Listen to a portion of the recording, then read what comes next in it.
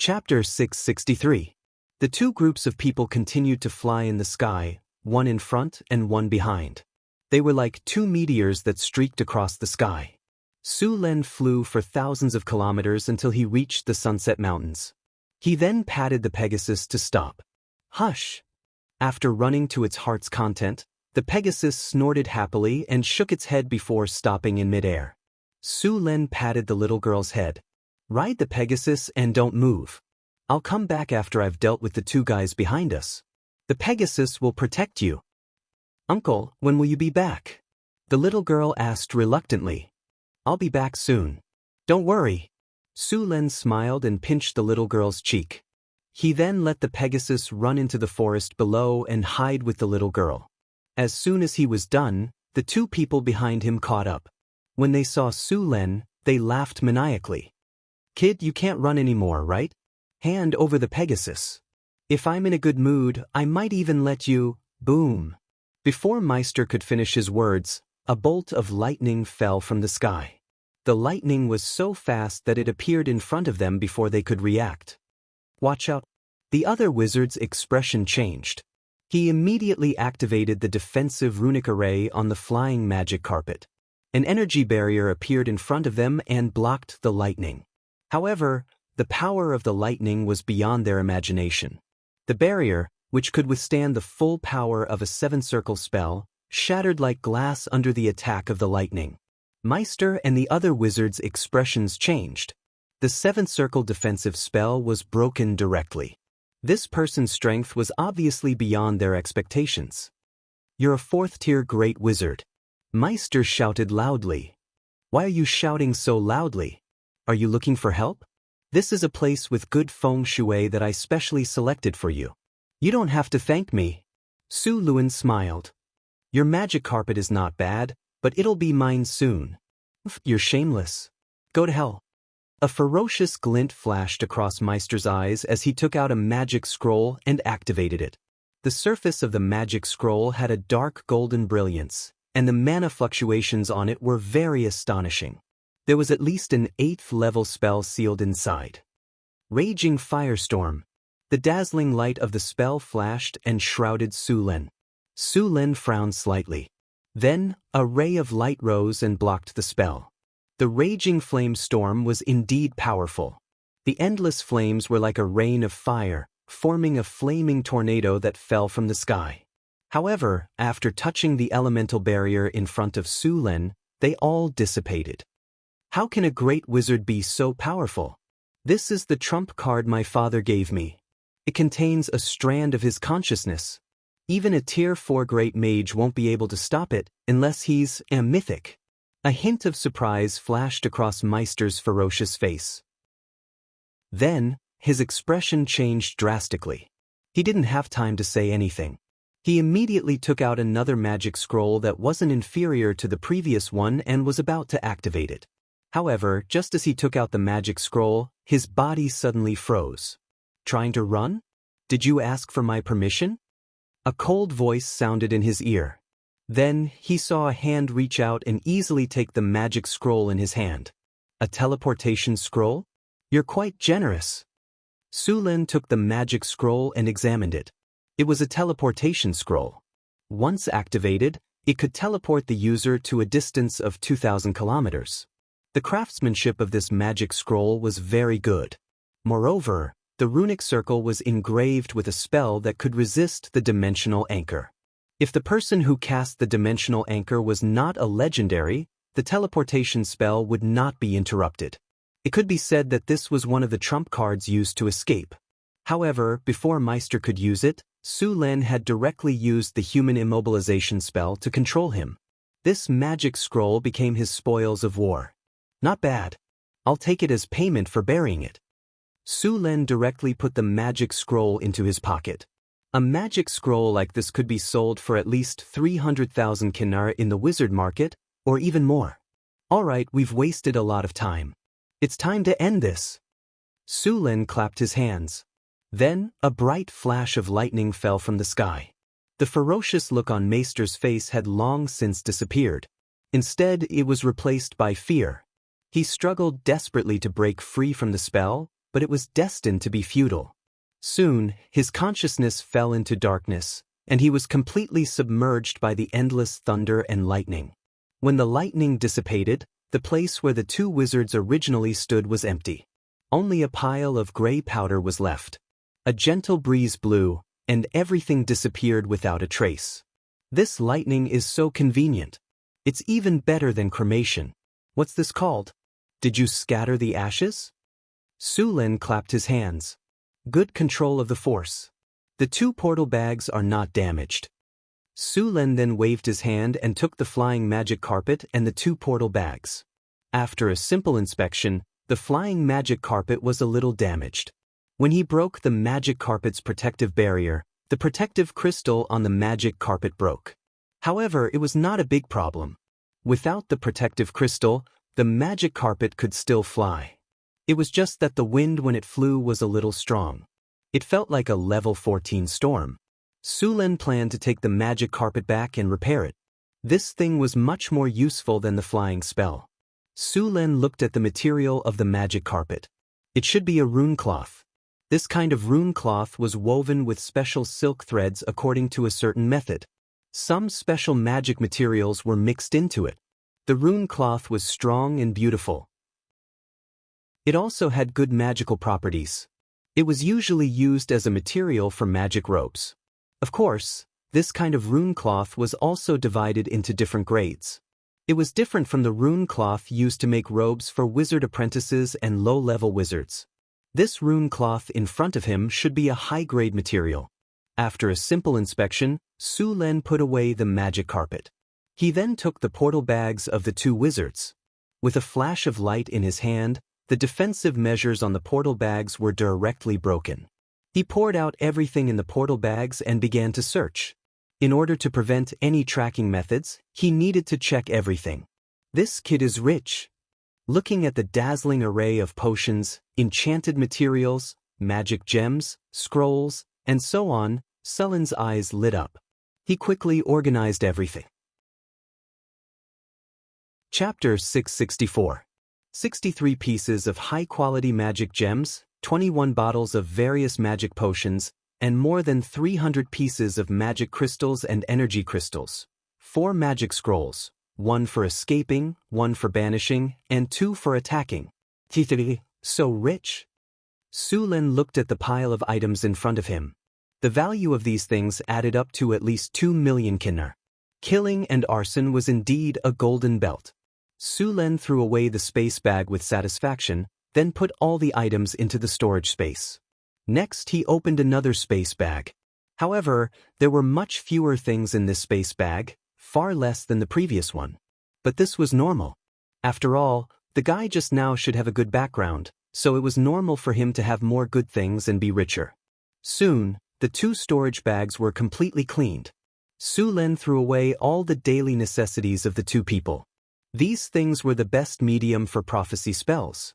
Although he was not afraid of the so-called Sage of Fire, he did not want to delay any longer. He had been away from home for more than 3 months, and he wanted to go home.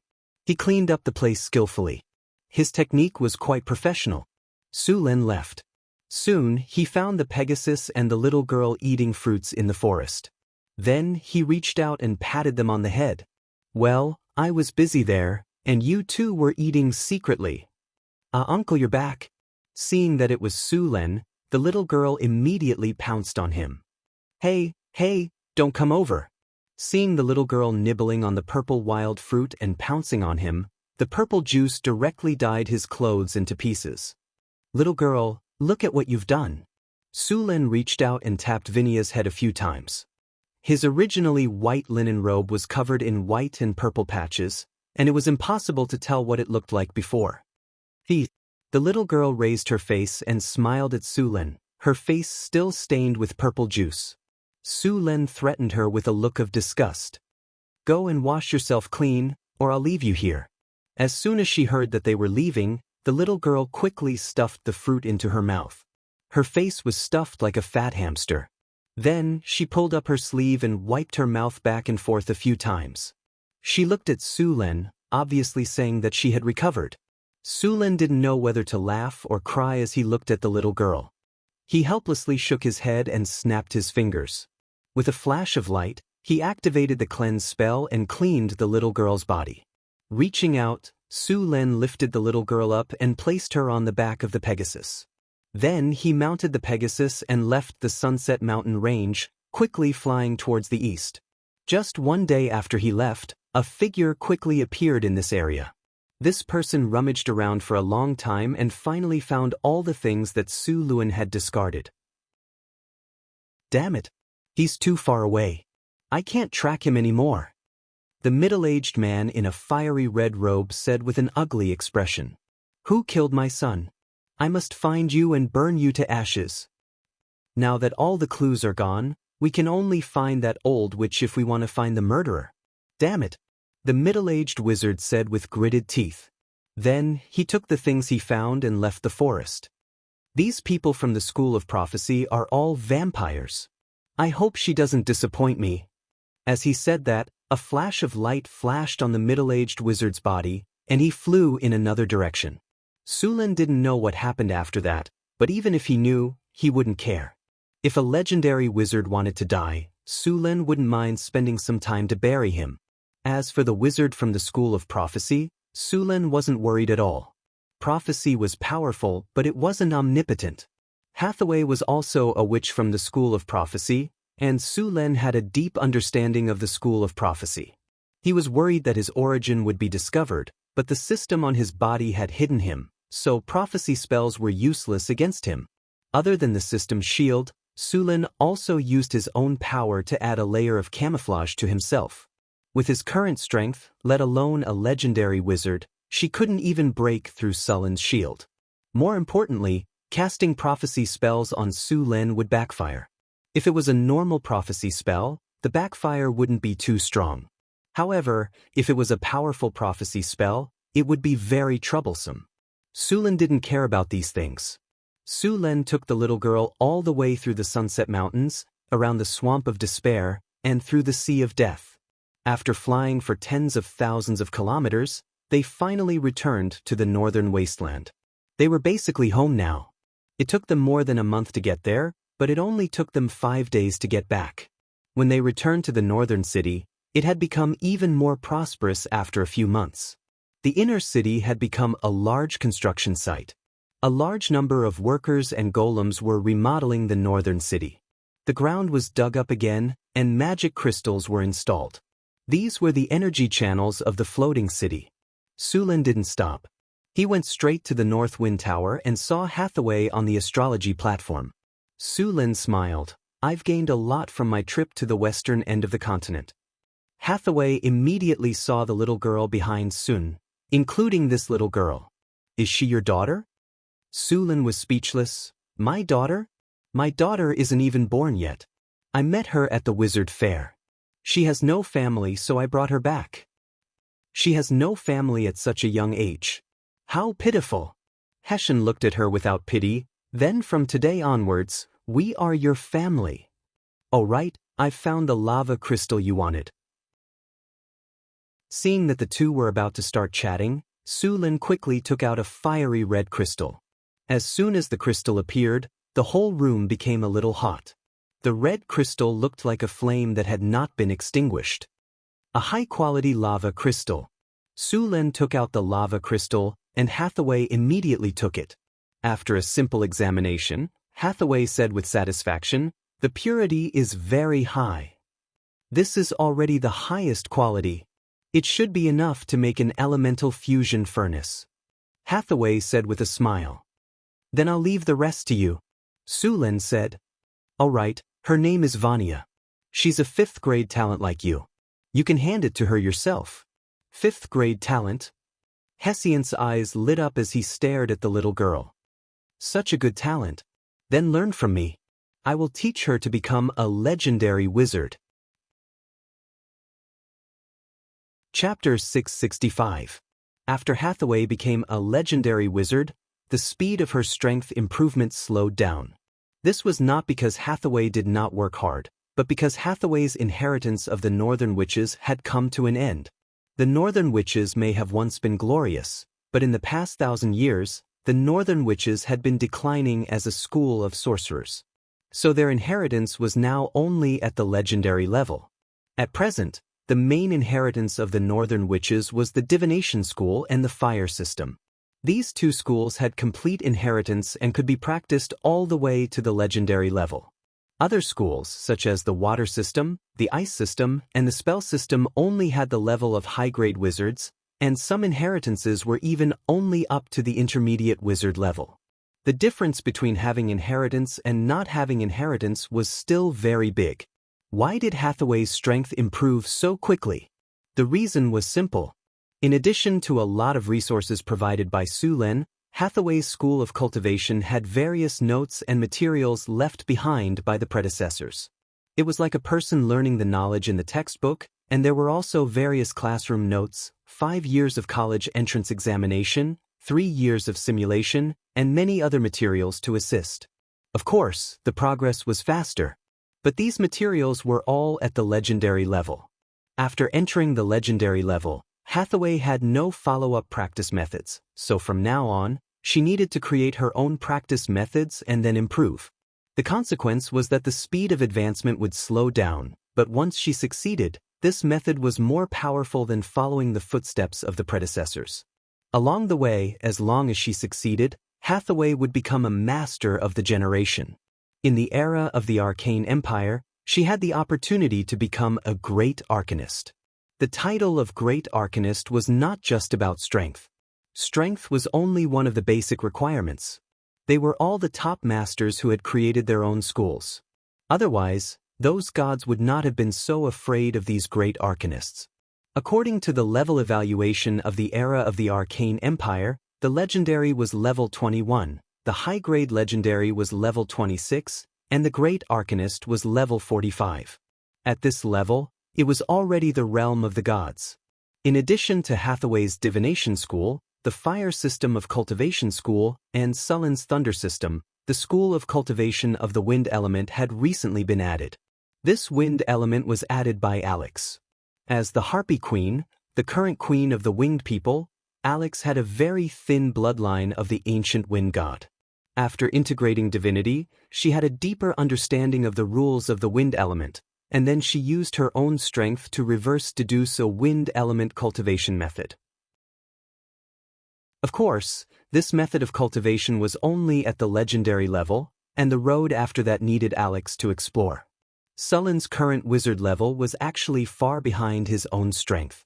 He was now similar to Alex, using the power of divinity and the control of the law of lightning to reverse deduce. It was not so easy to reverse deduce a cultivation method. It required a lot of knowledge as a foundation. Since becoming a legendary, Su Lin began to use all kinds of channels to collect knowledge. He either bought it from some wizards with inheritances or communicated with other wizard schools to deepen the foundation of the North Wind Tower. Fortunately, Su Lin obtained a lot of wizard knowledge from the treasure chest. Through this knowledge, Su Lin and the others continued to grow. Now, Hathaway and the others' strength could be said to be not weak among the legendary wizards.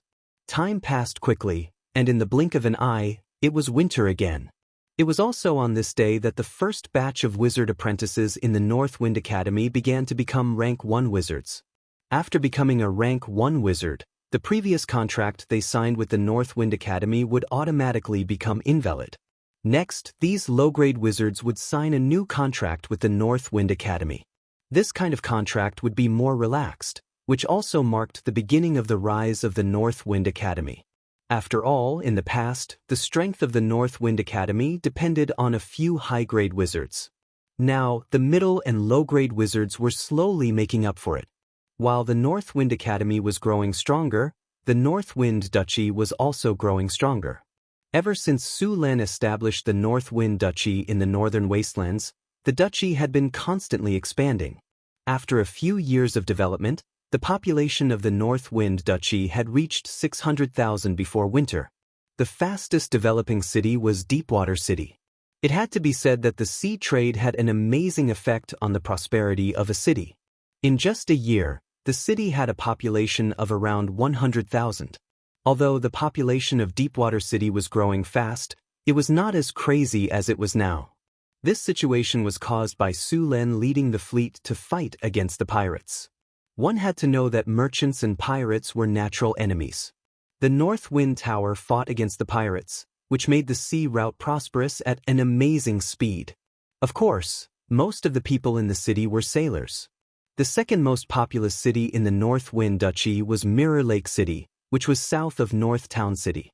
Through continuous immigration, the population had reached 140,000.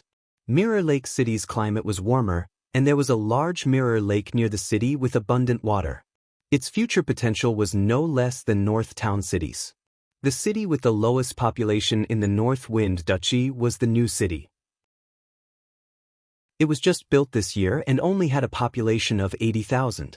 After Sullen's fight against the pirates, more and more merchants came to Deepwater City to trade. At first, the merchants thought that the sea route was safe, but after coming here, they realized that the goods produced by Deepwater City were white sugar, paper, alcohol, weapons, and other goods in high demand. Deepwater City suddenly became very popular. Whether it was white sugar, paper, or alcohol, they were all very popular in other places. If it wasn't for Sullen's special restrictions, the merchants who came here would have packed up all the white sugar, paper, and alcohol. The weapons produced by the dwarves were also very popular. One had to know that the world had never been truly peaceful. Every year, there would be wars in various parts of the continent. Excellent weapons were never enough. North Town City had a large number of gray dwarves. They provided many excellent weapons, which brought a considerable amount of income to North Town City. After Deepwater City's port was opened, the demand for all kinds of goods in North Town City increased. So far, the production of white sugar in North Town City was 8 times higher than last year. Even so, the supply still couldn't meet the demand. The demand for alcohol and paper had also increased by several times. It should be known that the Deepwater port had only been open for half a year. According to the current growth rate, the demand for next year would increase by at least 3 to 5 times. Chapter 666. With such a huge demand, the North Town City naturally had to produce at full capacity. Fortunately, Su Lun had been developing agriculture in the northern wastelands for the past few years. The entire North Wind Principality had already cultivated more than 1 million mu of farmland. Of course, this number was not much compared to the farmland of other countries. It was much lower. According to the population, there were 600,000 people and 1 million mu of farmland. On average, each person would get less than 2 mu of farmland. In his previous life, a few mu of farmland would be enough to feed a family. However, this was the Middle Ages where technology was backward. Normally, even with a high-yield crop like potatoes, a family would need at least 30 mu of farmland. If all kinds of taxes were taken into account, this number would increase by 50 mu. After all, potatoes were not expensive. If one wanted to make money, they had to grow wheat and oats. Moreover, the feudal lords only collected a small part of the taxes. Most of the farmers in this world grew potatoes for their own consumption. Most of them grew wheat, barley, oats, and other crops. The yield of these 3 crops was not high. The reason why Northern Town could grow so many crops was because of the high yield per mu. The land in the northern wastelands was already quite fertile. With the addition of the harvest altar, the yield of wheat in Northern Town could reach 600 caddies per mu. Although there was a huge difference between the yield of 600 caddies per mu and the yield of 1,000 caddies per mu in his previous life, the wheat in his previous life had undergone professional breeding and the use of various fertilizers to reach 1,000 caddies per mu. There were no fertilizers in this world. Under normal circumstances, the yield of farmland in the southern provinces was around 300 caddies per mu. In the north, it was around 250 caddies per mu. Many barren lands only had 200 caddies per mu. The fact that Northern Town's farmland could reach 600 caddies per mu was already a miracle in this era. The main reason for this was the harvest altar. Apart from the harvest altar, Su Lin also built a fertilizer factory. The manure produced in Northern Town would be collected and transported to the fertilizer factory to be fermented. After fermentation, it would be sent to the farmland. Although the fertilizer was not as good as the fertilizers, it was better than no fertilizers. With the help of the fertilizer and the harvest altar, Northern Town also planted a lot of cash crops in addition to food. Among them, the planting area of beets was the highest. After all, the demand for white sugar was too high. Moreover, the residue left after the sugar extraction of beets was not useless. These beet residue were also good fodder. At the same time, the sweet tea dregs were mixed with wheat bran, soybean dregs, and soybean dregs from extracting soybean oil. This was a very good feed. Centaur City currently had a total of several 100,000 horses, cows, and sheep, so the demand for feed was very high. The best horses would be used as war horses for Northern Town City, and the second best horses would be sold to other countries. However, even the second best horses were still good war horses. Normally, these war horses would be used by heavy cavalry. The second best horses would also be sold as war horses, and these horses would be used as normal war horses. The rest of the horses were used as draft horses or pack horses. North Town City also had horse plowing in addition to cattle plowing. Some of the other cows were used for plowing, while the rest were slaughtered as beef to supply the Duchy of North Wind. Because of the prosperity of the trade, North Town City consumed a lot of beef every day. Cowhide was also a good material. It could be used to make leather armor or other leather products. Cow tendons were also collected to make all kinds of bowstrings. It could be said that the value of a cow had been excavated to the limit. There was no need to talk about sheep. The north was cold, so sheepskin was an important tool for the commoners to resist the cold. Sulen even wanted to develop a wool textile industry, but Sulen didn't know anything about wool weaving, so he could only leave it to the gnomes who had experience in weaving. A large number of cows and sheep enriched the Duchy of North Wind's meat. At the same time, the manure produced by these cows and sheep was sent to the farm fertilizer factory to be fermented. It could be said that North Wind Duchy had formed a good ecological chain. After a few years of development, North Wind Duchy had become very rich in food. However, in order to continue to expand the sea trade, North Wind Duchy's various grain crops had to continue to expand. The planting area of beets was actually not enough. During this time, the amount of white sugar had increased several times. A part of it was from North Town City's inventory, while the other part was the real production. Therefore, when planting beets this year, North Town City once again expanded the planting area of beets. In the next few years, the planting area of beets would continue to expand.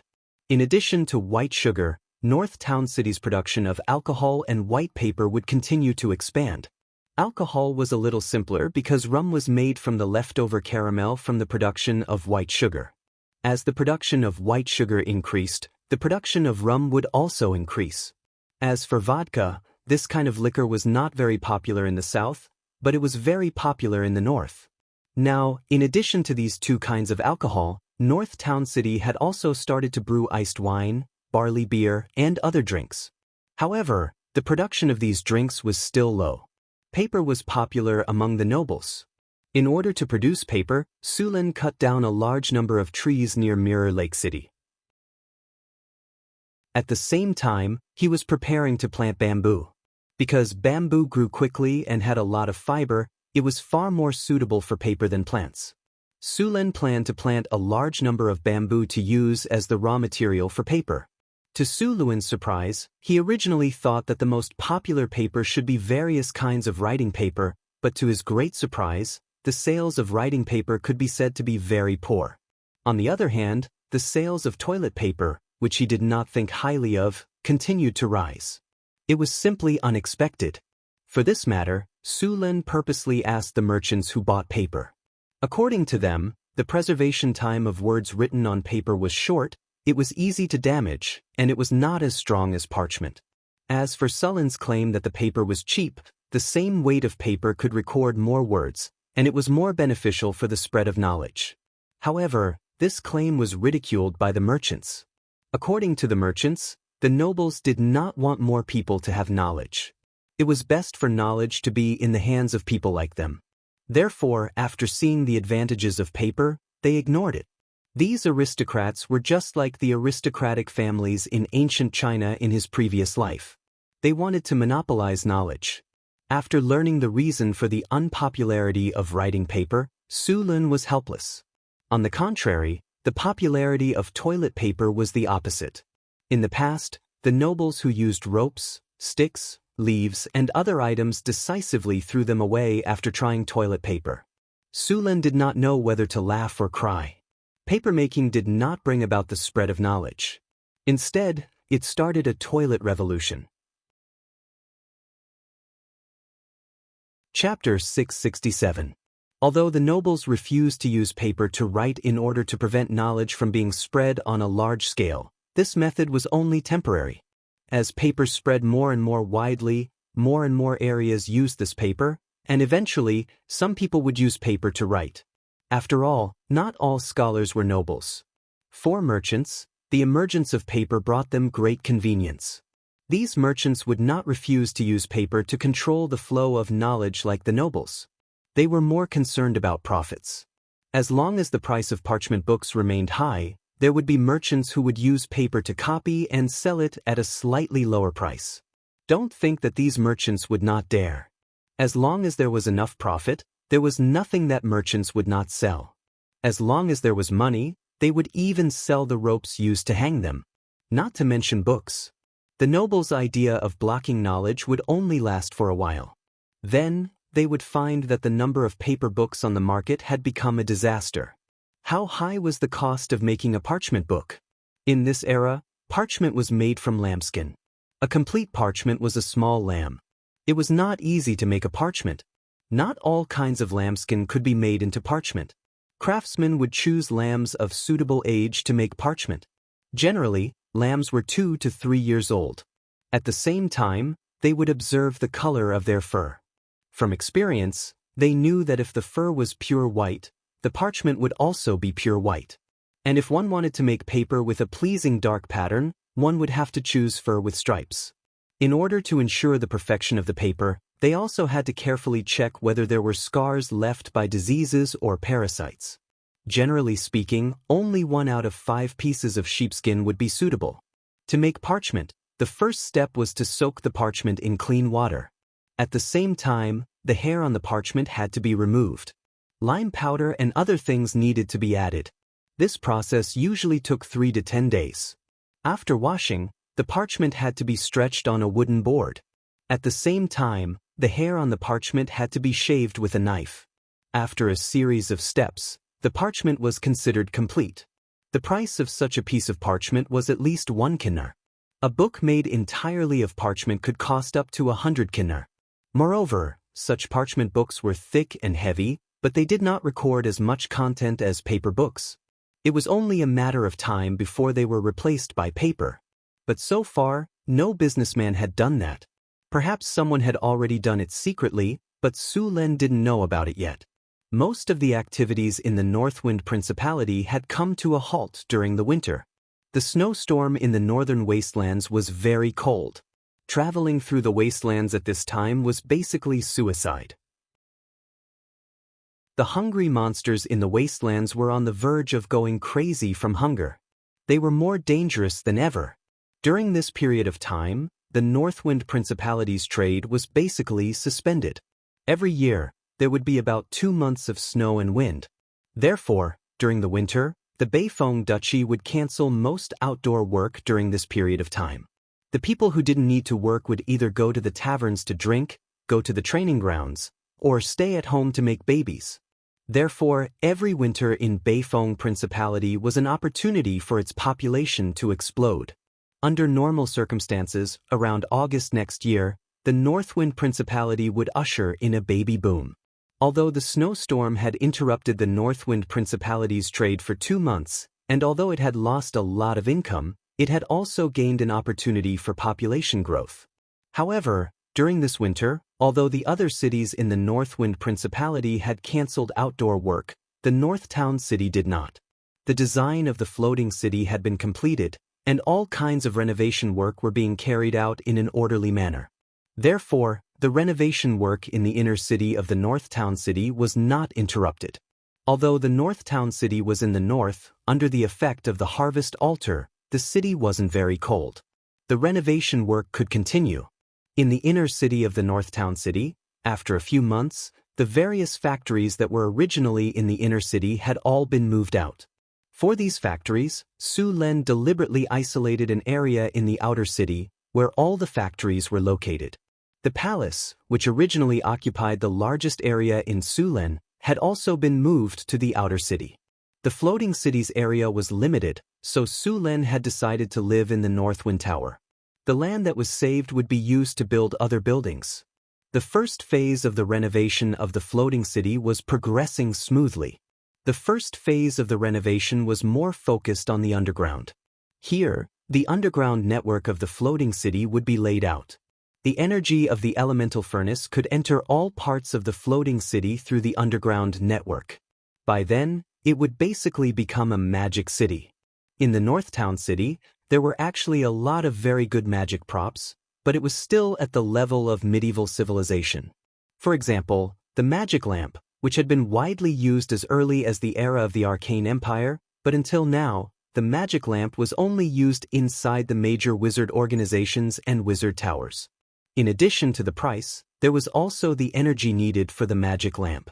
Compared with the electricity in his previous life, the magic energy in this world was more violent and more difficult to control. In addition, stable and continuous energy was not easy to obtain. However, with the elemental furnace, the energy problem of the North Town City was temporarily solved. After laying out the underground network, Su Lin could even build rows of street lamps in the inner city. In his blueprint, the inner city of the elemental pool was more advanced than in his previous life. After all, many times, magic could do things that couldn't be done by technology in his previous life. Magic energy couldn't be used without restraint. Detailed planning must be done before use. No flaws were allowed in the underground network. It was a very large project. Su Lin and Hathaway did a cost calculation. It would cost about 10 to 20 million kinnar to complete it. Fortunately, Su Lin had been making money in various ways. He had obtained hundreds of millions of kinnar from the southern pirates, and this time he had made a lot of money in the west of the continent. All of these together were basically enough to cover the cost of the first phase of the floating city. The second phase of the project required the income of the North Town City. The income of the North Town City was now very high. In addition to the various or production in the underground world and the production of the secret realm, as well as some extra income that Su Lin got from time to time, the second phase of the project was estimated to be enough. Transforming the floating city didn't require all the money at once. It was continuous, so the pressure on resources was not so tight. The second phase of the project would build a complete ecological balance system and the living system of the floating city. Chapter 668. North Wind Tower, Astrology Platform. Su Lin had been studying legendary spells all this time. The last time the Northwind Tower traded with the Stellar Tower, in addition to obtaining some legendary-grade knowledge, they also obtained several legendary-grade spells. The spells he was studying now were Sword of Annihilation, Time Stop, Chain of Accidents, Mage's Disjunction, Imprison, and so on. Some of these spells were exchanged, and some were inherited from Hathaway and the others. The number was not small. Legendary spells were difficult to learn. Even Su Lin had no way to master them quickly, unless he was willing to spend legendary skill points to learn them. With just one legendary skill point, he could master a legendary spell quickly. The flying magic carpet brought back by Su Lin was very popular, second only to the magic pearls he took out. As soon as the flying magic carpet was taken out, it was confiscated by Hathaway. She was going to analyze the flying magic carpet and then recreate it. The flying magic carpet was still very popular. It was faster than flying and more flexible than floating ships. It could carry up to 6 people and was very suitable for transportation. It could also be sold to make money. It could be said that as Su Lin grew stronger, he needed more money. Wizards were too good at spending money. Not to mention the usual various experiments, the money spent on them was already an unimaginable number for ordinary people. Let's talk about the floating city. It was no exaggeration to say that the entire floating city was piled up with money. Most adepts spent money faster than they could earn money. The floating city project was basically equivalent to a country building a space station in his previous life. It was very difficult for a country, and the difficulty of building a floating city was equivalent to interstellar colonization. All kinds of research, all kinds of materials, and the speed of burning money was simply too fast. Hathaway basically spent tens of thousands of kinnar to conduct an experiment. In a month, at least 6 experiments of this scale would need to be done. If it were not for the materials produced in the secret realm, North Town would have been worn out. More than 70% of these experiments yielded no results, but you had to do it. It was basically burning money. This was also because Su Len was good at making money. Ordinary people really couldn't handle this prodigal woman. If it was just an experiment, it would be fine. If there were no results, it would just continue to burn money. However, once there was a breakthrough, the speed of burning money would increase exponentially. The kinnar was like the Red Sand River outside North Town. The river water was converted into gold coins, which flowed out. At this time, Su Len did not even dare to ask. His heart ached too much. Of course, there was someone who felt even more heartache than Su Len. It was the red dragon Xianxia. It could be said that she suffered even more than Su Len. Before she went to sleep, she checked that the treasury was full of gold. When she woke up, she suddenly realized that it was so spacious. My huge mountain of gold is gone with a whoosh? It wasn't difficult to make a magic carpet. Compared to the floating space tower and the floating space city, it was only slightly more difficult. So, after some research, Hathaway quickly made a new magic carpet. Then it got out of hand. From Chris to Phyllis, including Sandy, Angela, and Anna, everyone had a magic carpet. This directly led to the frequent appearance of magic carpets in the sky of North Town during this period of time. Not only did Hathaway make a new magic carpet, but she also made some improvements to the magic carpet, which made it faster and more stable when flying. At the same time, the protective spells on the magic carpet were stronger, and the energy consumption was not much increased. The cost of such a magic carpet was 80,000 kinnar. The North Wind Tower was selling it at 300,000 kinnar, which was the normal price of a magic carpet. It had to be said that the wizards were really ruthless. In addition to the magic carpet, Hathaway had another product, which was the floating space ship. While studying the production of the magic carpet, Hathaway also studied the floating space ship. To be honest, after the floating space tower was built, the floating space ship was basically not difficult to make. The most important thing on the floating space ship was the floating space ring. In addition to the floating space ring, there was the energy system and the protective system. The energy system of the floating space ship was a bit troublesome. After all, it was not like the floating space tower, which could build an elemental pool. As for building an elemental pool in the floating space ship, not to mention other things, the cost alone was very high. A miniaturized elemental pool would cost at least 200,000 kinnar to barely make it. In addition to some other materials, the cost of a floating space ship would be at least 800,000 kinnar, and the price would be even higher. Such an expensive price was not suitable to be used as a tool of trade. However, when studying the magic carpet, Hathaway prepared another plan, which was to use energy crystals to drive it. At the same time, she also built an energy-gathering rune array on the floating space ship, which could gather the elemental energy in the air into the floating space tower. After doing so, the floating space ship's endurance would be reduced. However, the advantage was that the transportation cost would be reduced. From Sullen's point of view, the floating space ship was not very cost-effective for transportation. However, as soon as the floating space ship appeared, many businessmen saw a business opportunity and bought it at a high price. After completing the research on the floating space ship and the flying magic carpet, Hathaway no longer cared about these things. Instead, she continued to study the elemental fusion furnace. The elemental fusion furnace was very dangerous, and she had to be careful. Once there was any problem, it would cause very serious consequences. If this thing were to accidentally explode, the entire North Town city would be reduced to nothing. The function of the lava crystal that Su Len brought back this time was to make the elemental fusion furnace more resistant and sturdier. The principal experiment of the elemental fusion furnace had been completed long ago, and the technical difficulties were almost solved after Hathaway's research. After Su Len prepared all kinds of raw materials, the construction of the elemental fusion furnace began officially. The elemental fusion furnace was the core of the entire floating space city. Only with the elemental fusion furnace, the floating space city could fly. Of course, if you found the mice energy core that had been passed down from the Arcane Empire, you could fly without building an elemental fusion furnace. Moreover, the mice energy core had another advantage, which was that it did not consume fuel.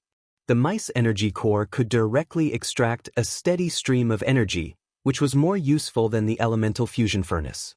Only the elemental annihilation furnace could be slightly better. Chapter 669. As the ice and snow melted, the northern wasteland became lively again. The caravans that had endured the winter began to prepare for departure as soon as the ice and snow melted. Although the weather was still a little cold at this time, the road from the northern provinces to the northern wasteland would become muddy and very difficult to walk on once the ice and snow completely melted. Therefore, the experienced caravans would set off a little earlier. After entering the Beifeng Principality, the road was completely different. The Beifeng Principality had a special interest in road construction. They connected all the cities in the Beifeng Principality with stone roads. According to them, these were official roads. The official roads in the Beifeng Principality were very extravagant. In Old Han's opinion, this was completely a waste of money. The average width of the official roads in the Beifeng Principality was 6 meters, which could easily accommodate 4 carriages side by side. This was something that the roads in many cities in other countries on the continent could not compare to. As the ice and snow melted, the migration to the Beifeng Principality began again. According to Sullen's idea, the Beifeng Principality needed at least 1 million people in a short period of time.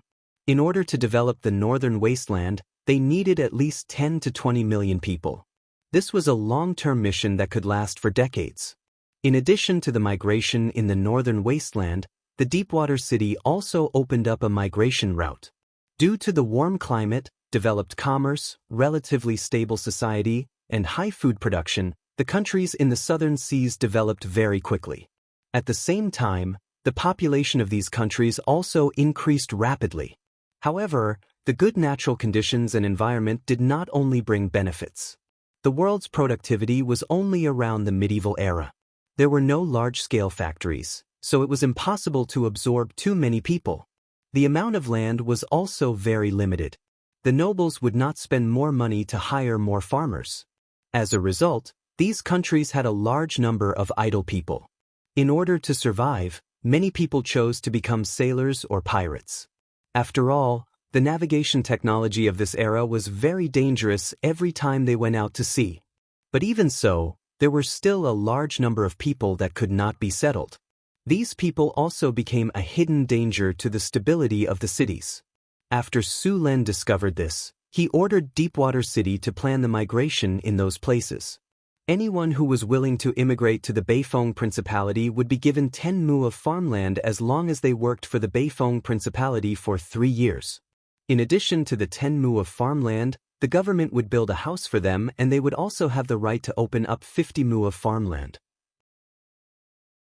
The farmland obtained from the open-up land would be exempt from taxes for 3 years, and only half of the taxes would be collected for 5 years. As for why Su Len didn't offer better terms, it was because the terms he offered were too good. No one would believe him. They would only think that he was a liar. He said that as long as you let him go, he would give you 50 mu of land, a house, and tax exemption. Then they would board the ship, leave the port, and sell these people as slaves.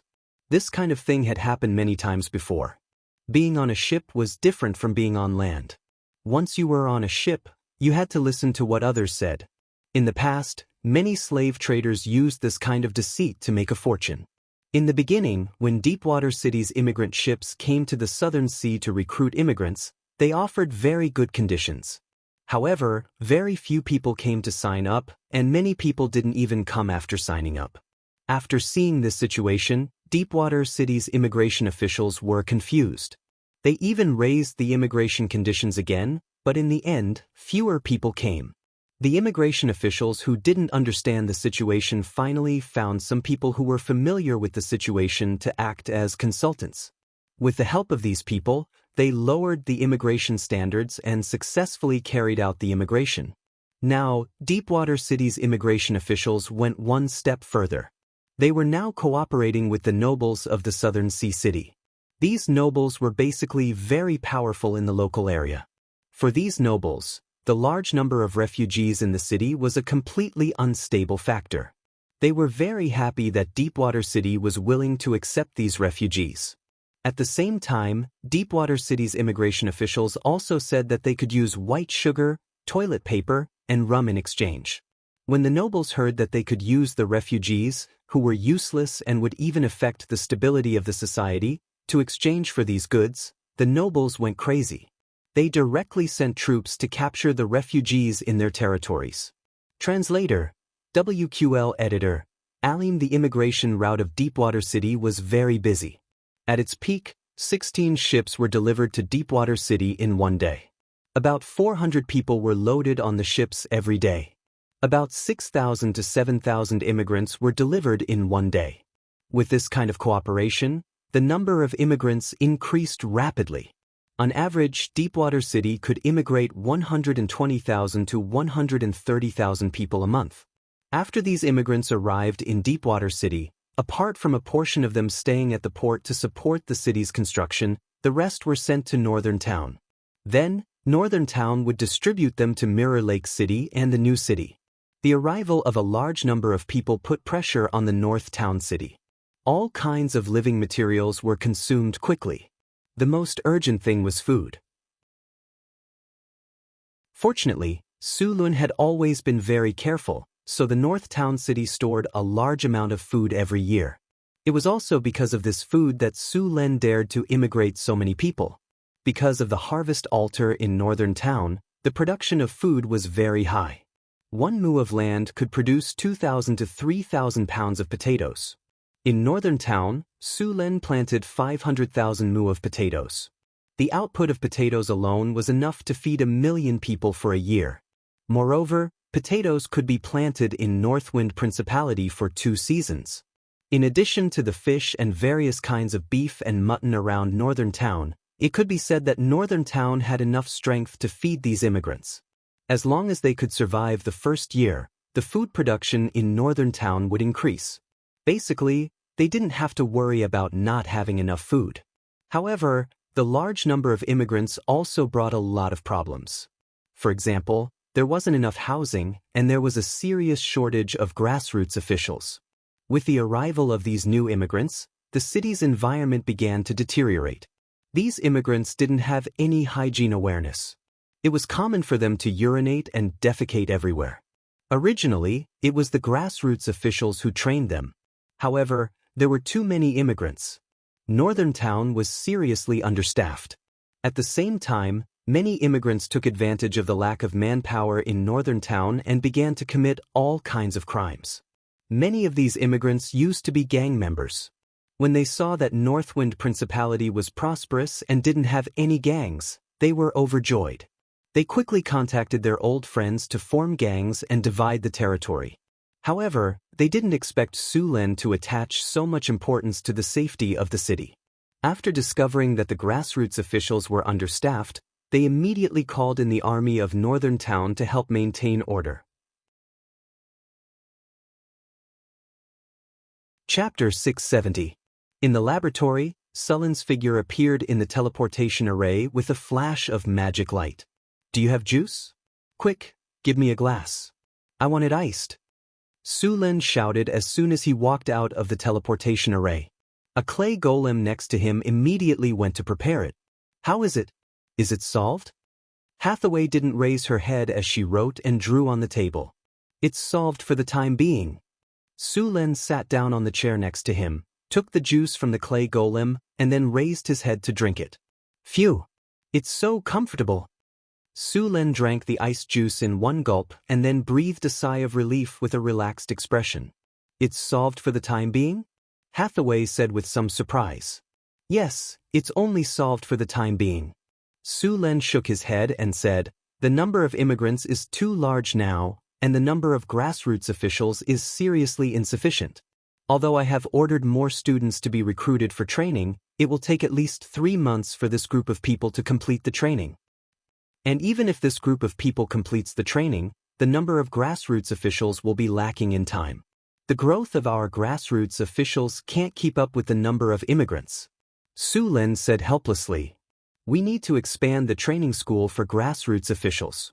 Hathaway also realized the trouble of the matter. I also thought of this, but the problem is that we have a serious shortage of teachers and can't expand the scale of the school. However, I have asked the immigration officials of Deepwater City to recruit scholars from the south. I believe the first batch of scholars will arrive soon.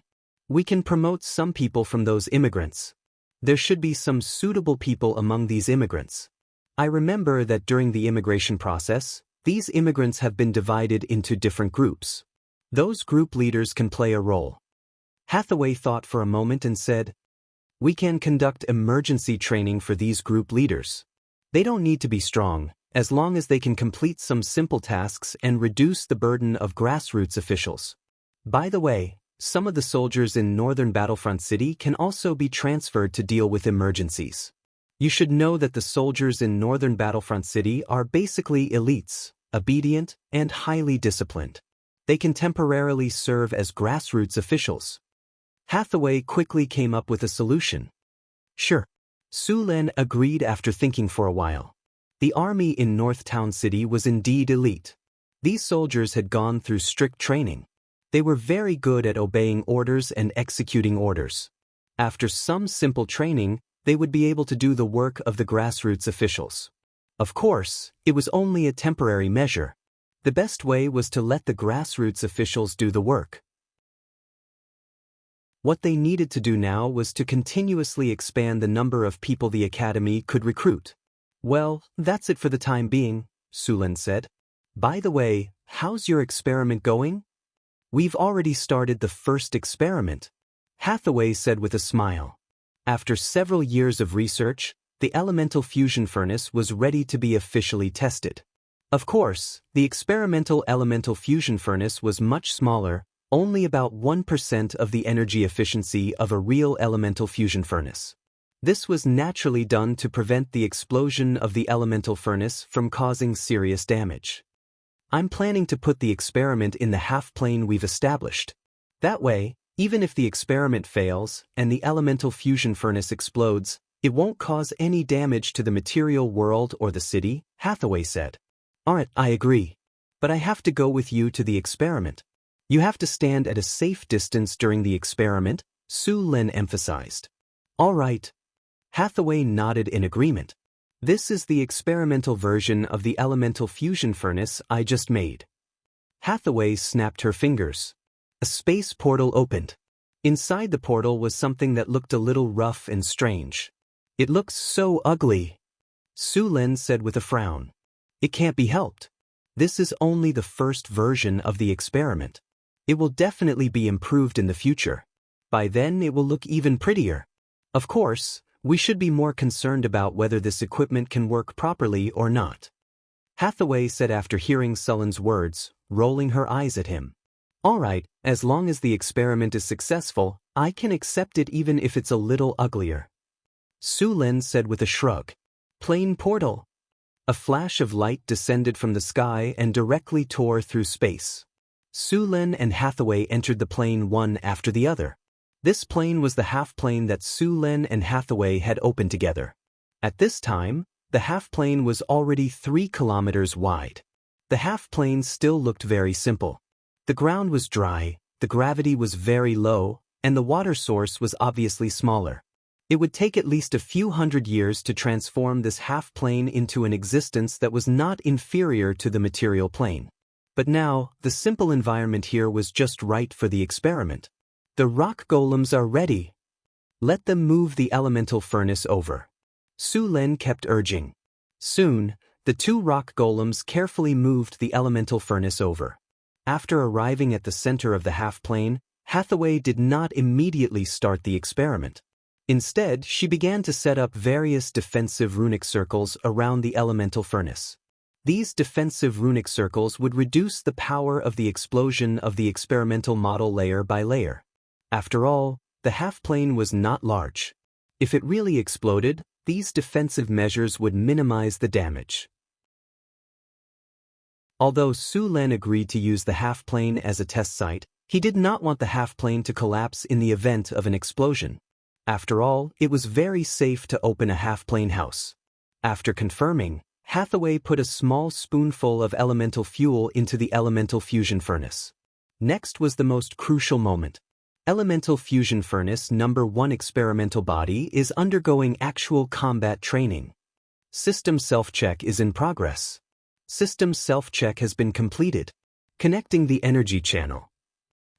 Everything was carried out in an orderly manner. All the tests were completed.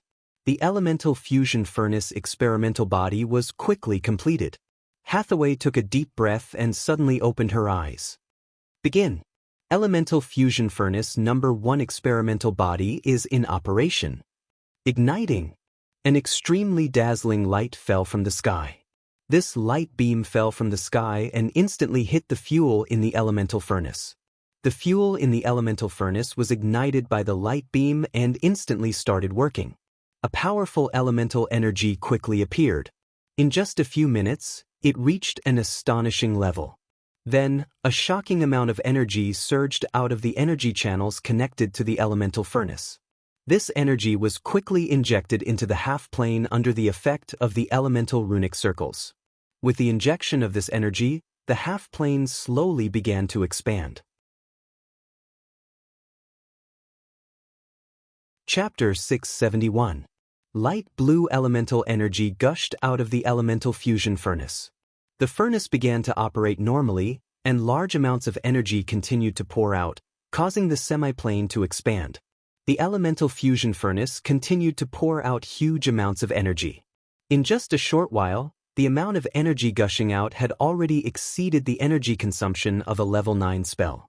According to this standard, the elemental fusion furnace could produce 10 times more energy than an elemental fission furnace in the same amount of time. This was only because the elemental fusion furnace was only an experimental version. If it were an actual elemental fusion furnace, its energy output would be dozens of times greater. As the elemental energy continued to pour out, the semi-plane expanded at a speed visible to the naked eye. Su Len and Hathaway did not relax in the slightest. Although the elemental fusion furnace had been operating well for a while, no one could be sure that it was safe before the experiment was completed. Elemental furnace current load is 60%. Current operation is normal. Energy transmission is normal. Elemental furnace target room temperature is 28 million degrees. The temperature is still rising. Binding force field is stable. Elemental combustion is accelerating. Streams of data were constantly being collected, and then appeared on the virtual screen in front of them. On the other side of the virtual screen was a three-dimensional model of the elemental fusion furnace. Every part of the model had a different color, and these colors represented the current state of the elemental furnace. Everything is operating normally now. We can consider increasing the power output, Alex said after confirming that all the data were normal. From the beginning until now, the elemental furnace has been operating according to our plan. We can try increasing the power output, Hathaway said seriously. Then let's begin, Su Len said with a serious expression. Begin pressurizing. With Hathaway's command, the elemental furnace continued to pressurize. The energy binding force field restrained the energy produced by the elemental fusion to the center, and the temperature of the elemental furnace began to rise. Elemental fusion furnace temperature is rising. Current temperature is 32 million degrees. Energy binding force field is operating normally. Elemental furnace output is increasing. Energy channel is operating normally. Current load is 65%. Elemental fuel combustion is accelerating. Searing beam activate. As the order was given, scorching rays of extremely high temperature were instantly activated, and then heated up the center of the energy-binding force field. If one were to observe the interior of the elemental furnace at this time, they would discover that it was as if a small sun had risen inside. Unimaginable light and heat were being emitted from this sun, and a heart-palpitating energy was spreading from here. The originally astonishing energy increased once again. In the monitoring runic array set up by Hathaway, the demiplane's expansion speed increased once again, and the entire demiplane's energy fluctuations were abnormally active. On the virtual projection, the original projection of the elemental furnace began to change. Originally, most of the projections of the elemental furnace were green or blue, but after the increase in efficiency, the color gradually began to change to yellow. As the energy core of the floating space city, the elemental furnace was the energy source of the entire floating space city. The amount of energy it needed to provide was astonishing. How heavy was a city? A floating space tower alone weighed millions of tons. In comparison, the larger floating space city weighed at least hundreds of millions of tons. The amount of energy needed to lift such a heavy object was astonishing, and just lifting it was not enough. The elemental furnace needed to steadily supply energy to the floating space city for a long time, so the requirements for the elemental furnace were even higher. In the period of the ancient arcane empire, only the mice energy nucleus could do this. The mice energy nucleus was a miracle creation that Su Lin did not know its specific structure and operation method until now. It did not need to be added with dyes, it was completely clean and pollution-free, and its operation was stable, and its energy output was gentle. It could be said to be a very ideal energy core.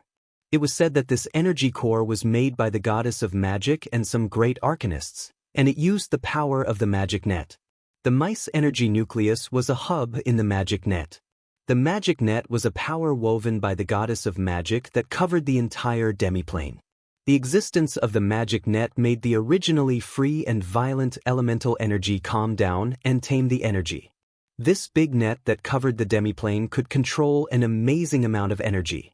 From the age of thorium to the early period of the Arcane Empire, all the floating space cities relied on the magic net and the mice energy nucleus. The reason for the end of the age of thorium was that a great arcanist at that time coveted the authority of the gods and wanted to seize control of the magic net. As a result, the moment he succeeded, the magic net exploded, leading to the collapse of the magic net on the material plane. This sudden disaster directly caused the floating space cities of the age of thorium to fall from the sky. At the same time, the collapse of the magic net also caused a large number of arcanists to be unable to cast spells. Only a few talented arcanists had a leap in their strength. By the time of the Arcane Empire, the arcanists learned the lesson of the destruction of the age of thorium and began to create energy hubs that did not rely on the magic net. The elemental furnace was born on this basis. Because of the great arcanist, the gravedigger of the age of thorium, the goddess of magic blocked spells above the 10th circle, and at the same time, blocked a lot of knowledge. The arcanists once again established a glorious arcane civilization from the ruins of the age of thorium. However, the floating space cities were still not solved. The only floating space cities were basically built together with the goddess of magic. Some wizards also found 1 or 2 complete mice energy nuclei from the ruins of the age of thorium. In order to develop another energy source that could replace the mice energy nucleus, these arcanists also began to study the power of the magic net. After in-depth study of the magic net created by the goddess of magic, these great arcanists combined the characteristics of the magic net with the riddles after many years of research and finally created something very similar to the magic net. This was called the artificial magic net, but unlike the magic net of the goddess of magic, which could cover the material plane, the artificial magic net could only cover an area of 50 kilometers around the floating space tower. But even so, the power of this artificial magic net was extremely amazing. In the artificial magic net, the great arcanists did not have to worry about the lack of magic power at all. The artificial magic net could provide almost endless energy. This was also the reason why the great arcanists during the Arcane Empire could rival the gods. Chapter 672. The reason why the gods were powerful, in addition to their amazing power, was that their god's kingdom could provide them with a steady stream of divine power. Although the divine power possessed by the gods themselves was huge, it was also limited. However, the gods could continuously replenish their divine power through their god's kingdom. As long as the divine power in their god's kingdom was not exhausted, their divine power would not dry up. After the great arcanists had the artificial magic net, they also had the power similar to the gods. As long as they were in the range of the artificial magic net, the great arcanists could get a steady stream of divine power. In addition to the artificial magic net, another important core was the elemental furnace. The development of the elemental furnace was very difficult. After all, magic energy was a very violent energy, and a little carelessness could cause serious consequences. In history, there had been several energy leaks in the floating city of the Arcane Kingdom, which had led to serious consequences. The most serious case even directly led to the abandonment of a floating city. This kind of energy pollution was also very serious to the natural world. At that time, the great arcanists of the Arcane Kingdom spent a lot of time and methods to solve the pollution perfectly. This also led to the conflict between the arcanists and the druids. As druids, they were very dissatisfied with the great arcanists' wanton destruction of the natural environment and pollution. If the Arcane Kingdom was not so strong, the druids would have already gone to war with them. However, the arcanists finally realized that there was a problem after causing a serious leak. Thus, they created an extremely strict safety protocol. They also stipulated that excessive pollution experiments were prohibited in the material plane. Experiments such as the elemental furnace were not supposed to be carried out in the material plane. Later, after the destruction of the Arcane Kingdom, some other races wanted to get the strong power of the Arcane Kingdom, so they secretly organized people to do research, but there was almost no good end for them. The most famous was the dwarves.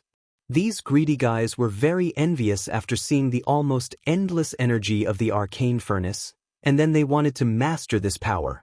At the same time, they made some changes according to the elemental furnace. These dwarves secretly built a huge golem in Furnace Core Castle. The golem was more than 10 meters tall and had astonishing power. If these dwarves succeeded, they would definitely become the overlord of a region. It wouldn't be impossible for them to rule the entire continent. However, the dwarves' experiment was a complete failure. It was said that the elemental furnace had a big explosion, and the whole furnace castle was blown beyond recognition. The whole city was destroyed in this loud noise. At the same time, the explosion also caused serious pollution. The refugees who survived the explosion fell sick and died from the terrible pollution. The largest city of the dwarves, Hearthcore Castle, home to more than 100,000 people, was completely destroyed. At the same time, the aftermath wasn't over yet. After the destruction of Furnace Fortress, the explosion of the elemental furnace directly pierced through the ground, waking up the terrifying flame fiend that had been sleeping in the depths of the earth since the last era. The awakened flame fiends began to attack the surviving dwarves.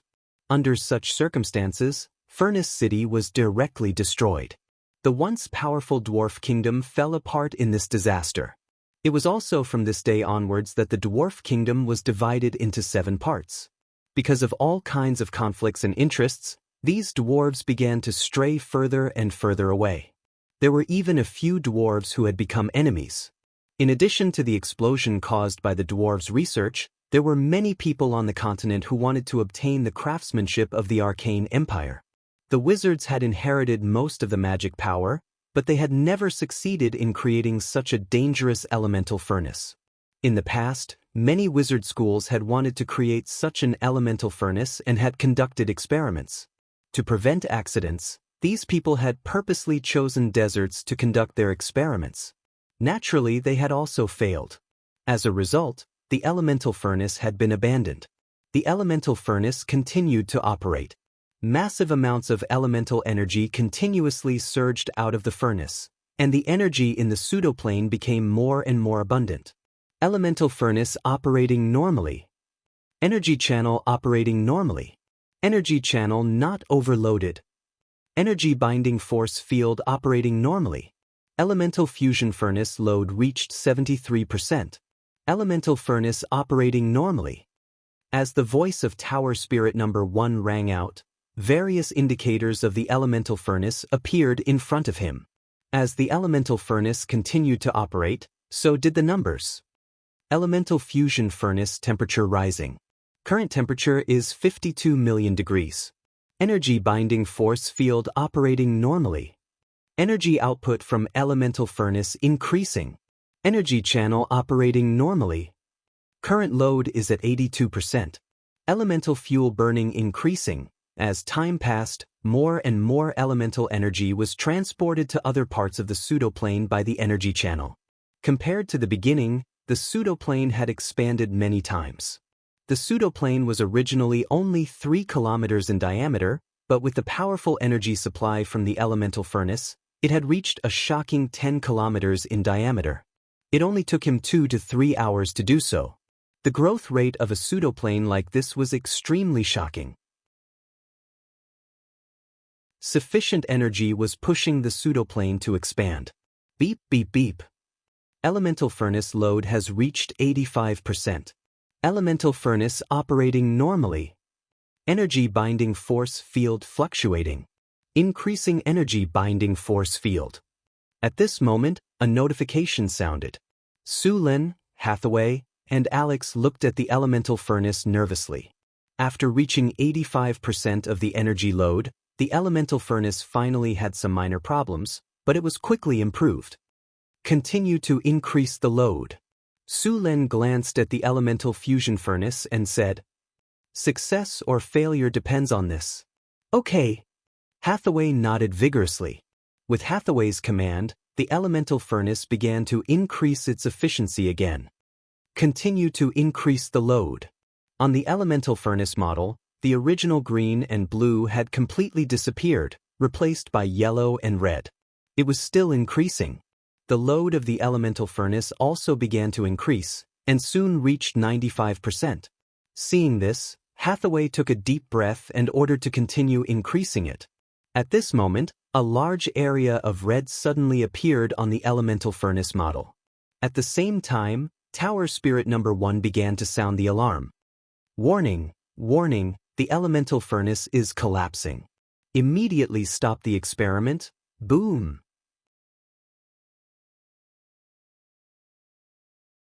Chapter 673. Warning, warning.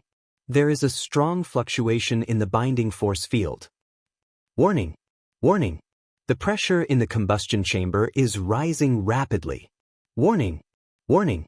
The cooling system has failed. Warning, warning. The heat shielding system has collapsed. Warning, warning. The elemental furnace is shaking violently. Please stop the operation immediately. Forceful stop program activated. Forceful decompression and cooling system activated. A series of sharp and ear-piercing alarms sounded in the room.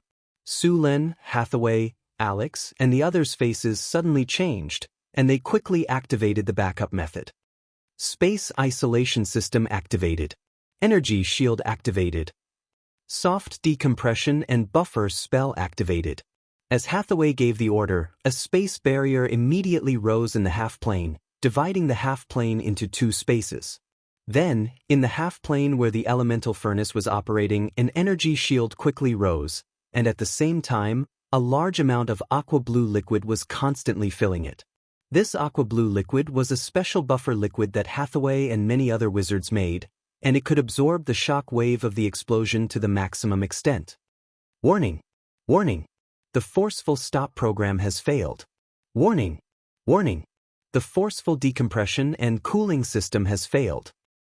Warning, warning. The pressure in the elemental furnace is rising rapidly, approaching the critical value. It is estimated to explode in 7 seconds. Please prepare for defense. 6, 5, 4. Su Lin and the others did not care about anything else, and they all activated their spells. Now, the energy wave above the elemental furnace had exceeded that of a level 10 spell.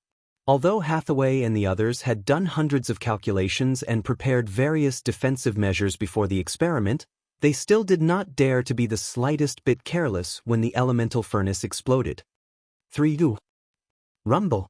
A dazzling light instantly erupted from the elemental furnace, and a huge mushroom cloud rose from the half-plane. Violent energy completely erupted at this moment, and flames as high as hundreds of thousands of degrees swept across the entire half-plane at this moment. At the core of the explosion, the intensity of the light could reach thousands of times that of the sun. Such a strong light could blind human eyes in an instant. The high temperature of the explosion directly vaporized the ground, and a huge crater appeared on the ground. The ground cracked under the pressure, and the sand on the ground melted into a glass-like state under the terrifying high temperature. The shock wave that swept through everything destroyed everything in its path. The powerful impact hit the protective barrier. At this moment, the protective barrier was like a bubble bursting open with a bang. After the shock wave broke through an energy barrier, it continued to move forward, shattering one energy barrier after another. All defensive spells were like paper in front of this shock wave. Finally, after breaking through a dozen defensive spells, it hit the blue buffer liquid. The buffer liquid kept churning under the influence of the shock wave before quickly evaporating. It only took a few seconds for the buffer liquid to completely evaporate. The explosion brought a tyrannical power that destroyed the defensive measures Hathaway and the others had set up in advance. The entire demiplane was swept away by the shock wave, and a layer of the demiplane's ground was fiercely scraped by the shock wave. After the shock wave broke through all the defensive barriers, it fiercely hit the spatial barrier. Then, that powerful shock wave started spreading in all directions. But before that shock wave dissipated, an even more powerful shock wave surged over. One after another, the shock waves kept bombarding the demiplane's spatial barrier. The narrow demiplane made these shock waves bounce back and forth, but the shock waves kept being generated until the entire half-plane was filled with shock waves.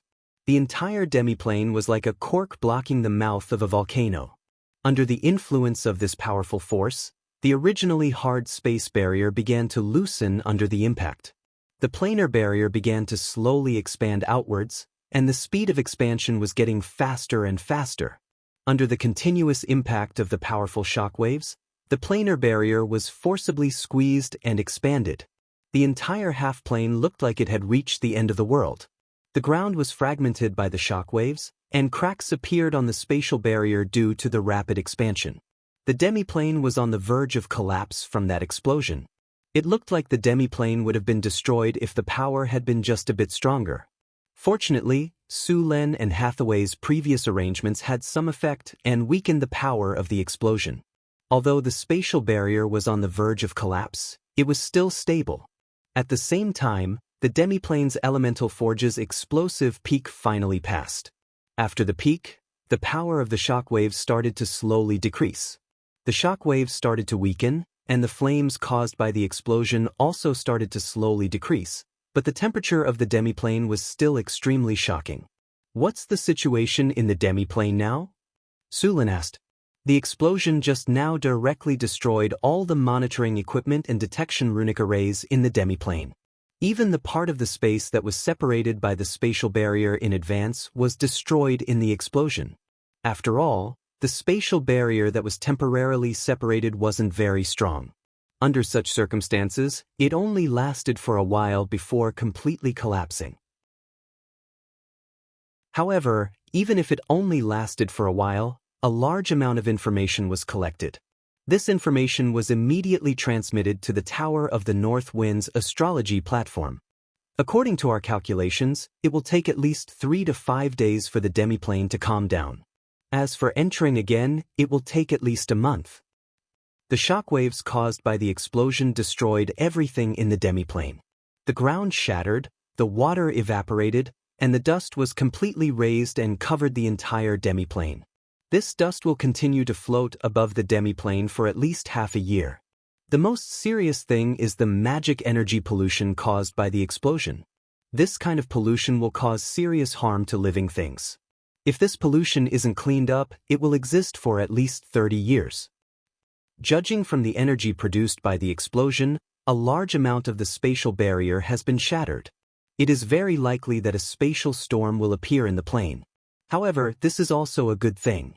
The creation of a spatial storm can help us clean up the pollution faster. Although this experiment failed, we still gained a lot of benefits.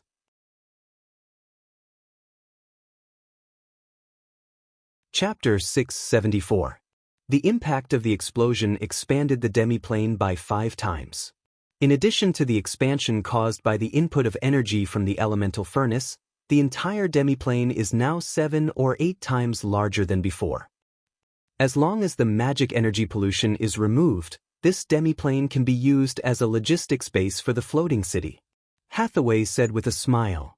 Those spatial rifts still need to be repaired. With the pollution, we won't be able to use this demiplane for the time being. Su Len shook his head.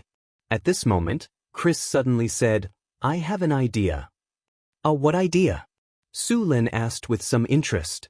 Although this demiplane is polluted and has spatial storms, and although ordinary people can't survive, there are still other creatures that can.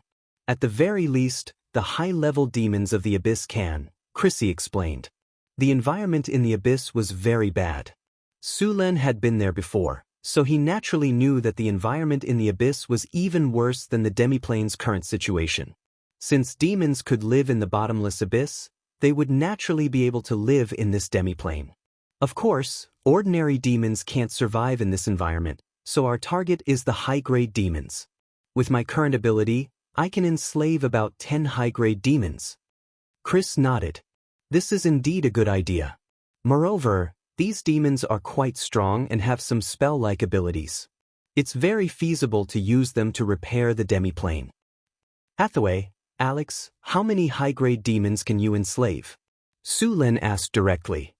I can enslave about 5, Hathaway said. I can enslave 3. Alex was a bit embarrassed. That's 18 in total. Not bad. Su Len nodded. I can probably enslave 24 high-grade demons in total. The demiplane's area is now 10 times larger than before. It's about 10 kilometers in radius. The area isn't too big. 24 high-grade demons should be enough. Then let's do that. Su Len decided after some consideration. By the way, Hathaway, summarize the cause of the explosion as soon as possible. Although the experiment failed, we still gained a lot from it. When the elemental fusion furnace is operating at 80% capacity, its operation is still very stable. Of course, there are still many shortcomings, but I believe that with the experience of this failure, it won't take long for us to successfully create a real elemental fusion furnace. I will. Although this experiment failed in the end, looking at the overall situation, there is no problem with our train of thought. I believe that after a few more experiments, we will succeed, Hathaway said with a smile. How many more tests do we need? Su Len shook his head. We've spent almost 2 million kinners worth of materials on this experiment. If we do it a few more times, I'm afraid that North Town City will go bankrupt. Hee, don't worry. The explosion happened because it was the first time. It's normal for this kind of problem to occur. But with this experience, we will pay more attention to the next experiment, Hathaway said with a smile. They were a little guilty of directly exploding 2 million kinners worth of materials in one experiment. Moreover, these 2 million kinners worth of materials were only the materials for the elemental furnace. The various defensive runic matrices in the demiplane were still there. Repairing the demiplane would require at least another 2 million kinners worth of funds. If they really exploded 2 to 3 million kinners worth of materials in each experiment, even if they had a mountain of gold, they wouldn't be able to keep up with the consumption. In the next few experiments, apart from spending a lot of money and materials to remake the elemental furnace, as long as they were careful, there wouldn't be any more explosions. The next experiments would be to improve these elemental furnaces. The top-quality lava crystal that Su Len obtained last time was an important material for making the elemental furnace. Although the temperature in the elemental furnace could reach tens of millions of degrees, and even steel would be vaporized in an instant, the elemental furnace could withstand such high temperatures without being damaged. Of course, the elemental furnace wouldn't directly withstand such high temperatures. As far as Su Lin knew, there was no metal that could withstand such high temperatures. The elemental furnace didn't directly withstand such high temperatures. There was a combustion chamber inside the elemental furnace, and the elemental fuel was ignited in the combustion chamber. This combustion chamber cooperated with the energy binding force field to bind the elemental fuel undergoing the elemental fission reaction in a space. This was equivalent to a small sun. The energy released by the elemental fission would be collected and converted by the energy conversion runic matrices next to it. Then, the energy would be transmitted through the elemental energy channel. In fact, the theoretical knowledge of the elemental furnace had been completed long ago. The difficulty lay in the materials. Although they didn't need materials that could withstand the high temperatures of tens of millions of degrees, the materials that could be used to make the combustion chamber were still very precious. In addition to the materials, there was also the runic magic matrices. The materials needed for the energy-binding magic matrices were also very precious. It had to be known that the energy-binding magic matrices needed to bind an astonishing amount of energy. After the elemental fuel underwent the fission reaction, the energy released every minute could reach the level of a level 9 spell or even higher. If the energy-binding magic matrices didn't have enough power to bind such energy, it would cause the small sun to go out of control. A large amount of energy would directly rush out of the combustion chamber, and the combustion chamber would be destroyed by the high temperature in an instant. After the combustion chamber was destroyed, the other parts of the elemental furnace wouldn't be able to withstand such high temperatures. As a result, the elemental furnace would directly explode like the previous experimental body. The materials needed to make the energy-binding magic matrices were very precious. It required more than a dozen high-quality magic gems. At the same time, it also needed orichalcum, mithril, and other metals. In general, such an energy-binding magic matrices required 300,000 to 500,000 kiner. After many simulation experiments, Hathaway finally made such an energy-binding magic matrices. But this time, there were still some problems and needed to be improved. However, this time, the energy-binding magic matrices could reach more than 80% power. There weren't many things that needed to be changed.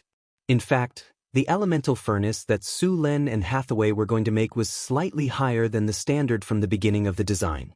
This way, even if the elemental furnace could only reach 90% power, it would be practical. Chapter 675. The failure of the elemental fusion furnace experiment did not affect Northern Town at all. Other than Su Lin and a few others, no one knew about this experiment. The explosion in the half-plane did not affect other places at all. Although the demi-plane was riddled with holes, Northgard City was still prosperous. The morning sun dispersed the mist that covered the city, and the Pearl of the northern region woke up. As soon as Su Lin got up, Angela and Anna brought over the breakfast they had prepared earlier. There was a delicate fruit salad, a large piece of ham sandwich, and a piece of roasted meat with tantalizing aroma. You'll get tired of eating these things every day, no matter how delicious they are. Su Lin picked up the breakfast and tasted it. Su Lin said as he ate, "When we have time, I'll ask Frodo to make spicy soup, tofu pudding, fried dough sticks, and steamed dumplings." Su Lin had not tasted these things for more than 10 years, and he suddenly wanted to try them again.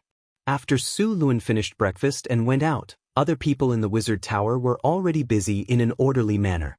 Because the palace in the North City had been demolished, Su Lin had now moved to the North Wind Tower to live.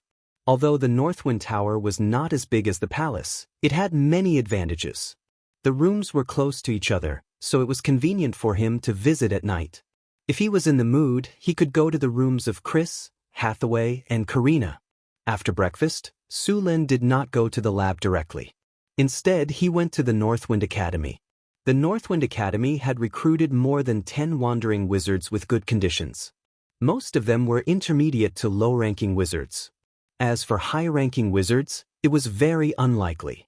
After all, most high-ranking wizards would choose to join a wizard organization or establish a wizard family. Compared to low-ranking wizards, high-ranking wizards would spend a lot of time on all kinds of experiments. These experiments required a lot of magic materials, and it would take a lot of time for them to gather all the materials for their experiments.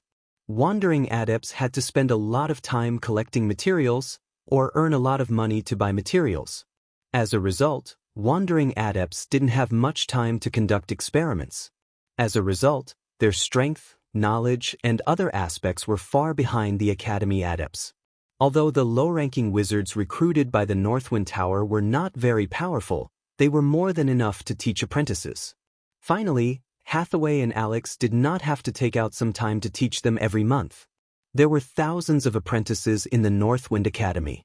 Of course, according to the normal rate of promotion, about 60% of them would become rank 1 wizards, and the rest could only be apprentices. The resources of the Sorcerer Academy were limited. It was impossible for them to provide everything to all the apprentice sorcerers. Also, due to the problem of their own aptitude, those apprentice sorcerers would need 5 or even 10 times more resources to become an official sorcerer than a sorcerer with good aptitude. Just like any other Sorcerer Academy or sorcerer organization, the Northwind Academy was a sorcerer organization. The Sorcerer Academy would not provide all the resources that the apprentice sorcerers needed. Instead, the apprentice sorcerers needed to do all kinds of work in exchange for those resources, even knowledge. It was not easy to become a wizard.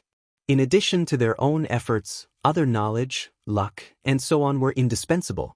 Although the Northwind Academy had only been established for a few years, with the support of the Northwind Tower and Suluan, it had developed very quickly. Looking at the numerous wizard apprentices rushing through the academy, Su Luan's heart was surging with excitement. He looked at these people as if he was looking at a group of green leeks. These wizard apprentices would be an important labor force in the floating city in the future. The floating city was in the era of the Arcane Empire, and it was also the crystallization of the wizard's highest wisdom. A large number of wizards would be required to exert its full power. There were a lot of jobs in the floating city that needed them. Although the tower spirit was very intelligent and could help Su Len control the entire floating city, the cost of a tower spirit was too high. Even Su Len could not make hundreds of tower spirits to work in the floating city. Perhaps in the legendary Nirvana mechanical mirror, there was such a huge city that was completely controlled by the tower spirit. The Nirvana mechanical mirror was said to be a world created by the great arcanists of the Arcane Empire. This world was a magical plane. The residents were all kinds of golems and other construct creatures. In addition to these construct creatures, there were also the Fermi ants. These creatures were not friendly to outsiders. Legend had it that the floating city of the Arcane Empire was preserved in the Nirvana mechanical mirror. The entire mechanical plane had a golem factory, which could produce all kinds of golem constructs. However, since the destruction of the Arcane Empire, the Nirvana mechanical mirror had been closed. Until now, no one had been to that world. Sullen's design of the floating city would have 50,000 to 100,000 people living in it, including at least 3,000 wizards. As far as the current situation was concerned, there was a big shortage of wizards. However, with the Northwind Academy, as long as it lasted for 10 or 20 years, these wizards would eventually be gathered. After patrolling around the Northwind Academy, Su Len returned to the Northwind Tower. In the astrology platform, Hathaway's fingers shook slightly, and a flash of light flashed in an instant. Then, a three-dimensional image appeared in front of everyone. This is the first phase model of the floating city. In our plan, this city will have a perfect ecological system that can simulate the environment in the main material plane to the greatest extent. It includes a life support system, an air circulation system, a water circulation system, and an elemental balance system. The life circulation system is used to transform the waste produced in the floating city into various nutrients and other substances to maintain the growth of other creatures in the floating city. The air circulation system is composed of 12 air cabins and 6 conversion rune matrices. They can purify, transform, and decompose the air to release the air that ordinary people need. At the same time, it is connected to the outside of the wind elemental plane. This place can provide us with sufficient air.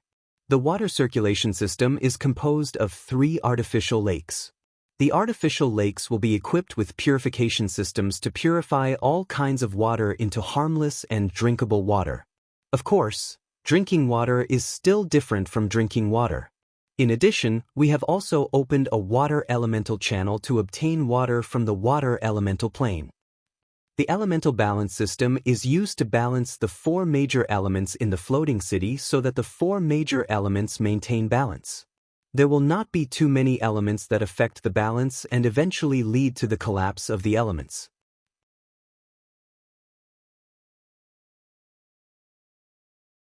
Chapter 676. On the long table, Hathaway unfolded the parts of the floating city one by one and showed them to the other high-grade wizards of the Tower of North Wind. The construction of a floating city required hundreds of thousands of parts.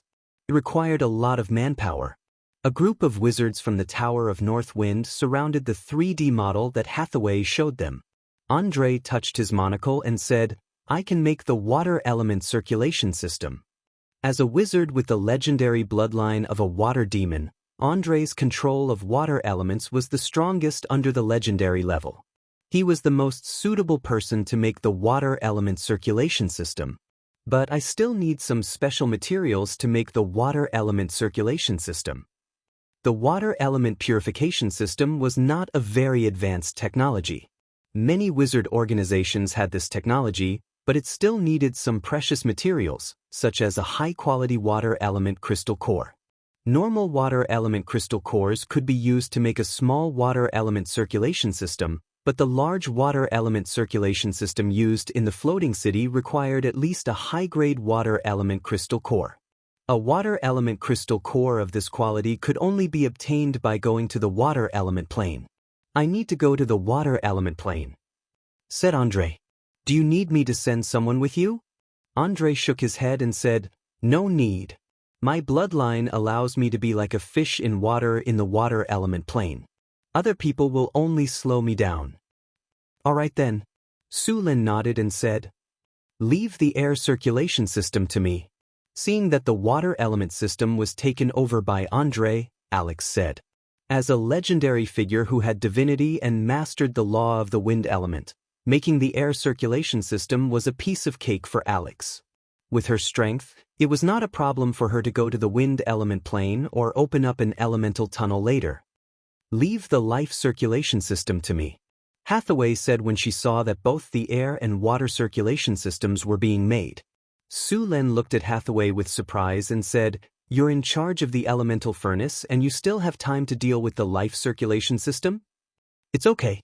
The elemental furnace is already half completed. The rest of the work is not much. Just leave the life circulation system to me," Hathaway said with a smile. "All right then." Seeing Hathaway's insistence, Su Lin nodded and agreed. Su Lin and Hathaway did not talk about the life cycle system in detail. This life cycle system was a bit special. Su Lin and Hathaway needed the wisdom tree to carry it out. This circulation system was only owned by a few wizard organizations, and Surin and Hathaway were only thinking of an alternative. Other than these, the elemental balance system was much simpler. He only needed to build an elemental pool, and then set the critical points of various elements in the elemental pool. If there was more to be extracted and less to be replenished, it would be fine. Other than the fact that the elemental pool was a little expensive to build, there was no other difficulty. Since the tasks have been assigned, we'll wait for you to finish them. As long as you don't take more than 2 years, it'll be fine, Su Lin said in a deep voice. It would take a long time to build the floating city. Even if they directly used the North Town City to modify it, it would take at least a few years. Therefore, they were not in a hurry to install these supporting systems. As for the other things, let's distribute them for construction. There were still a lot of things to do in the floating city. Su Lin only arranged a part of it this time. In the blink of an eye, more than a month had passed. During this time, Hathaway carried out another experiment with the elemental furnace. With the experience from last time, these elemental furnaces did not explode. Of course, there were still some problems, and this experiment ended up consuming hundreds of thousands of kinar. The elemental furnace was constantly being perfected. Su Len, Hathaway, and Chrissy also began to summon demons. Demonology was a very important subject in the wizard school. Wizards had done a lot of research on demons. After all, demons were, in a strict sense, on the same level as the angels created by the gods. Demons also had a powerful ability to evolve. The original form of the Tana Re-demon was just a soul worm. This kind of creature could be stomped to death by a normal person. However, after countless battles, this soul worm could grow into a powerful Baler demon. From the weakest existence all the way to a powerful legendary demon, it was simply incredible. In addition to the powerful ability to evolve, demons also had divinity. Of course, it was different from the divinity of the gods. The divinity of demons was chaotic, depraved, and so on. Many of the demigod liches extracted divinity from these demons. Demons were essentially soul creatures. Wizards were very interested in demons, especially this kind of evolutionary genetic chain. Many wizards were very envious of this kind of evolutionary ability. They wanted to have this ability, but so far, no one had succeeded. The research of these wizards was not without results. Demon warlocks and enslaving demons were all invented by them. In a special laboratory in the North Wind Tower, there was a tall altar in the center of the laboratory. There were a lot of strange symbols around the altar, and there was blood smeared on the side. A corpse was lying on its back. There was a dagger in the corpse's heart, and a lot of blood was flowing out from the heart. The whole altar looked gloomy and horrible, and it made people feel a chill in their hearts. This was the altar where Su Len and Hathaway were summoning demons. It was not easy to summon a high-grade demon. Su Len sent a few death row prisoners from the death row prison, and then used them to summon demons. As a light rose from Hathaway's body, a chaotic, twisted, and evil power appeared on the altar. Blood flowed on the ground, and the surrounding walls were carved with various demon reliefs. These demons looked ferocious and horrible, but they were lifelike. It seemed that they would come to life in the next second. The special corpse oil candles burned quietly. After the light flashed, a strong negative energy quickly appeared. Then, all the candles turned dark red. Evil, resentful, and chaotic whispers suddenly appeared. These were the whispers of the demons. At the same time, it was also called blasphemy by the church's priests. Su Len and Hathaway stared at the altar.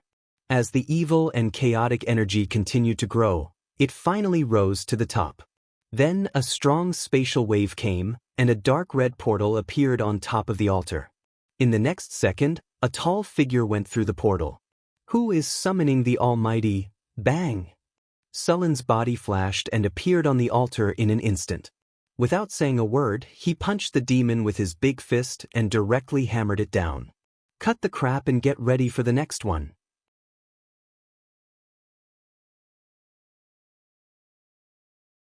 Chapter 677. Who dares to attack the great? The Baler roared. It wanted to resist, but its huge body was pressed to the ground by a foot. It couldn't move at all. Shut up. Su Len slapped the Baler. The powerful force made the Baler dizzy. Hathaway smiled and walked forward. She waved her staff quickly. A light flashed and instantly went into the Baler's body. A silver magic chain slowly appeared on the Baler's body. After seeing this chain, Su Len let go of his foot. The Baler that was struggling jumped up and was about to slash down.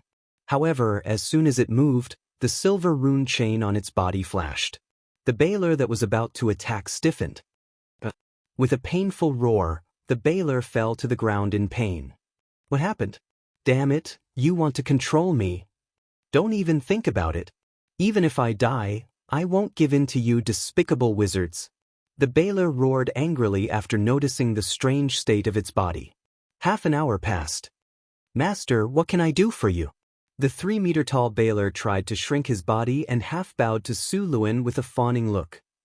After a few days, Su Len, Hathaway, Alex, and Chris finally enslaved more than 20 high-grade demons. These high-rank fiends included Balers, Glabrizu, Six-Armed Snake Fiend, Soul Judgment Fiend, and other high-rank fiends. After completing the enslavement, Su Luen and the others went to the demi-plane again. The impact of the last big explosion hadn't dissipated, and the entire demi-plane still had various traces of destruction. In order to protect this demi-plane and prevent the demi-plane from completely collapsing, Su Luen and Hathaway reinforced the demi-plane after the explosion. As soon as Su Len entered the half-plane, he felt that the pollution index here was off the charts. The explosion of the elemental fusion furnace was very powerful, even though Hathaway had tried her best to weaken it. However, the aftermath of the explosion still caused serious damage to the place. Su Len clicked his tongue when he saw the scene in the half-plane. It was no wonder that such experiments were prohibited in the material plane since the era of the Arcane Empire. What a terrifying force! Hathaway exclaimed in surprise when she saw the demi-plane. The dilapidated scene before his eyes was like a world that was about to be destroyed. This half-plane could no longer be seen in its original form. However, even though it had become dilapidated, the danger inside had not decreased in the slightest. The destruction of the half-plane left behind countless spatial cracks. These spatial cracks were equivalent to the power of the primordial slashes. It was equivalent to a high-tier spell. Moreover, many of the spatial cracks didn't have any abnormalities. If one wasn't strong enough, they would be directly dismembered by these spatial cracks. This is really troublesome. The pollution here will take at least 100 years to dissipate. It seems that we have to clean it up. I don't know if more than 20 high demons are enough. Su Len looked at the half-plane in front of him and had a headache. Should we go and enslave a few more high demons? Su Len found that these high demons were quite easy to enslave. He could summon them and beat them up without saying a word. After that, he could enslave them. If they dared to resist, there was no problem. He could just beat them up again. If they dared to resist, he could beat them up again. These high demons were wretched. He had to teach them a few good lessons before they became obedient. The strength of these high demons was not bad. Although they had not reached the legendary level, they were almost at the 4th grade. Although the environment in front of them was harsh, they could still survive. You guys will clean up and repair this half-plane. I'll give you some things in a while to clean up the pollution here and repair those spatial cracks. Hearing Sullen's words, these abyssal demons quickly nodded in agreement. They were very well behaved. By the way, there might be some violent elemental life forms in here. Su Len suddenly said. The half-plane originally had connecting channels to the 4 major elemental planes. Although they were closed at that time, there was a high chance that such a strong explosion would have broken these channels open. In this way, it was very likely that elemental life forms would enter here. Elemental life forms were originally neutral, but in this chaotic and polluted environment, there was a high chance that they would be polluted and become violent. This kind of high-intensity pollution energy was very harmful. Elemental energy would be disturbed. These are purifiers. Spray these purifiers all over the half-plane. Su Len took out the potion in a wooden bucket and said, "You need to spray this once a day in this half-plane. If you dare to slack off, humph, you know the consequences." Su Len snorted at the high demons in front of him. These high demons were all brainless things. They would not know how to work if he did not teach them a lesson. The purifiers prepared by Su Len were specially used to clean up pollution. However, the effect was average. It was fine for light pollution, but for this level of pollution, the effect was very limited. They could only spray continuously and dilute the pollution bit by bit. Boom! A fireball fell from the sky. Su Luen didn't even look at it. With a backhand slap, he scattered the fireball. It's a large fire elemental. Hathaway's figure sounded. Not far away, a burning flame appeared. This fire elemental looked rough and tough. Its upper body was a burning flame, and its lower body was somewhat like 2 legs. The originally bright flame had become a little dim, and there were a lot of sparks jumping around it. It looked quite violent and aggressive. Something delivered to my doorstep. Seeing this giant fire elemental, Sullen's eyes lit up, and he rushed over directly. The Thunder God's spear also appeared in his hand. Rumble! There was a violent explosion, and the surroundings were completely turned into a sea of fire. However, this sea of fire was quickly extinguished. Sullen's tall body walked out of the sea of fire, and he tossed a fist-sized red crystal up and down in his hand. My luck isn't bad. What a good start. A high-grade elemental core dropped right away. Su Len put away the elemental core with satisfaction. This kind of thing was somewhat similar to a soul crystal. It could also be used to make the soul core of a magic statue. Such an elemental core could be used to make a set of steel magic statues.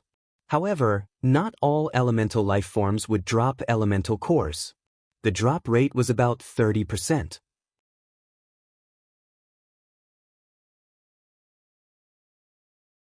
Chapter 678. Su Len was also very happy to see the elemental cores drop. No one would complain about having too many elemental cores and soul crystals. With the golem factory, Su Len would never have enough elemental cores and soul crystals. After seeing the elemental cores drop, Sullen's interest was clearly piqued. After ordering the high demons to repair the plane, he directly started cleaning up the berserk elements in the demiplane. Most of the berserk elements in the demiplane were wind and fire elements. The number of earth elements was very small, and there was basically not a single water element. This was mainly caused by the explosion of the elemental furnace. The explosion caused serious damage to the earth, and the water source directly evaporated. Therefore, without water elements, earth elements also became very rare. The berserk elementals were very aggressive. After seeing Su Len, they immediately pounced on him, wanting to kill him. But these giant berserk elementals were only at the 4th rank at most, and the gap between them and Su Len was too big. The lightning spear swept across, and the berserk wind elementals' bodies collapsed and dissipated in an instant. With a soft clang, a fist-sized wind elemental core fell to the ground. Su Len gently waved his hand, and the wind elemental core directly flew into his palm. With a burst of crackling lightning, the wind elemental core returned to silence. In fact, there was a big difference between using an elemental core to make a golem and using a soul crystal to make a golem. Earth elemental cores were heavy and were more suitable for making stone golems, such as obsidian golems. Of course, it was also possible to make steel golems. Golems made with earth elemental cores would have defensive bonuses, but their speed would be correspondingly slower. Golems made of wind elemental crystal cores would be more agile and would have a corresponding increase in speed, but their defense would be slightly worse than other golems. Golems made of fire elemental crystal cores would have an increase in attack power, especially when it came to fire spells. But at the same time, their defense would be weakened. Golems made with water elemental cores could change their form, but the effect was limited. At the same time, their attributes would be more balanced. There were a lot of berserk elementals. Su Len found some spatial cracks in the demiplane that connected to the elemental planes. After all, when the demiplane was first established, Su Len had connected it to the elemental planes, allowing the demiplane to obtain the elemental energy of the 4 elemental planes and rapidly grow. Thus, Sullen's demiplane was actually quite close to the 4 elemental planes. When the elemental furnace exploded, the power of the explosion tore through the spatial cracks and connected to the elemental planes. Many of the elementals in the demiplane came here through these spatial cracks. The space barrier itself had the ability to repair itself. However, this self-repairability was not very high. If the damage was too severe, it might take thousands or even tens of thousands of years to repair according to its self-repairability. Although the demiplane looked quite miserable at first, Su Len and Hathaway had done a lot of protection before, so the real damage was not too serious. The spatial cracks that connected to the elemental planes had shrunk a lot, and such giant elementals could no longer pass through. Su Len set up a runic magic array around these spatial cracks to seal them again and speed up their recovery. The other spatial cracks also needed to be repaired, but these spatial cracks were more difficult to repair. Apart from the spatial rifts that connected to the elemental planes, the rest of the spatial rifts were basically spatial storms. These spatial storms were very destructive. If one were to accidentally fall into one of these spatial storms and not be able to escape in time, even a legendary powerhouse would fall. In the exploration of the astral plane, apart from encountering some powerful enemies, evil gods, abominations, and other monsters, the most dangerous thing was to be involved in a spatial storm. The power of spatial storms varied, and they erupted very suddenly. Once one was involved, it was basically equivalent to being attacked by at least the disintegration spell at all times. If the space-time storm was very strong, then the attack would be equivalent to the Great Disintegration spell, and even legendary powerhouses would not be able to withstand it. Moreover, this dissociation also had the effect of cracking. If one was not careful, all their luxurious equipment would be reduced to dregs. Su Lin was still very cautious about these spatial cracks, because this was only a spatial storm caused by the spatial cracks, and its power was limited. At most, it was only equivalent to the sixth circle spell dissociation. Su Lin could directly resist this level of spell with his body. Next, Su Lin and Hathaway began to repair these elemental cracks. Su Lin directly blocked the spatial cracks with his tyrannical body, blocking the spatial storms inside. Then, Hathaway set up a runic magic array around the spatial cracks. With Su Lin blocking the spatial cracks, the surrounding spatial storms naturally dissipated. Without the interference of these spatial storms, the speed of setting up the runic magic array was naturally much faster. Soon, a runic magic array was completed, and Su Lin left the spatial cracks. He saw that the raging spatial storms outside the spatial cracks had appeared again, and were rushing towards the cracks. However, as soon as they touched the spatial cracks, they were blocked by a transparent shield. Without the interference of the spatial storms, the spatial cracks began to recover faster. The spatial cracks that would have taken at least 5 or 6 years to recover now only took a little more than a year. Su Lin and Hathaway cleaned up the berserk elementals while sealing the spatial cracks. At the same time, they also commanded the high-rank demons to clean up the pollution of the demiplane. They became very busy for a while. After spending 3 days, the berserk elementals in the demiplane were finally cleaned up. Their luck was pretty good. After cleaning up all the berserk elementals, Su Lin obtained a total of more than 30 elemental cores. These elemental cores were basically large pieces, and only a few were medium-sized. They were all sent to the golem factory, and would be enough to use for a long time. Su Lin looked at the elemental cores in his hand and grinned. His luck was still pretty good with more than a 30% drop rate. Elemental cores were still very mysterious. Sometimes, killing a dozen elemental cores might not necessarily result in one drop, and sometimes, it would continuously drop. However, legendary elemental creatures were bound to drop elemental cores after death. It was just that very few dared to go to the elemental planes to hunt legendary elemental creatures. After all, elemental creatures in the elemental planes would be enhanced and become very difficult to deal with. Moreover, elemental creatures were rare creatures that could be the rulers of high-rank elementals. If one was unlucky, it was very likely that they would be ganged up on by a legendary elemental creature leading a large number of elementals.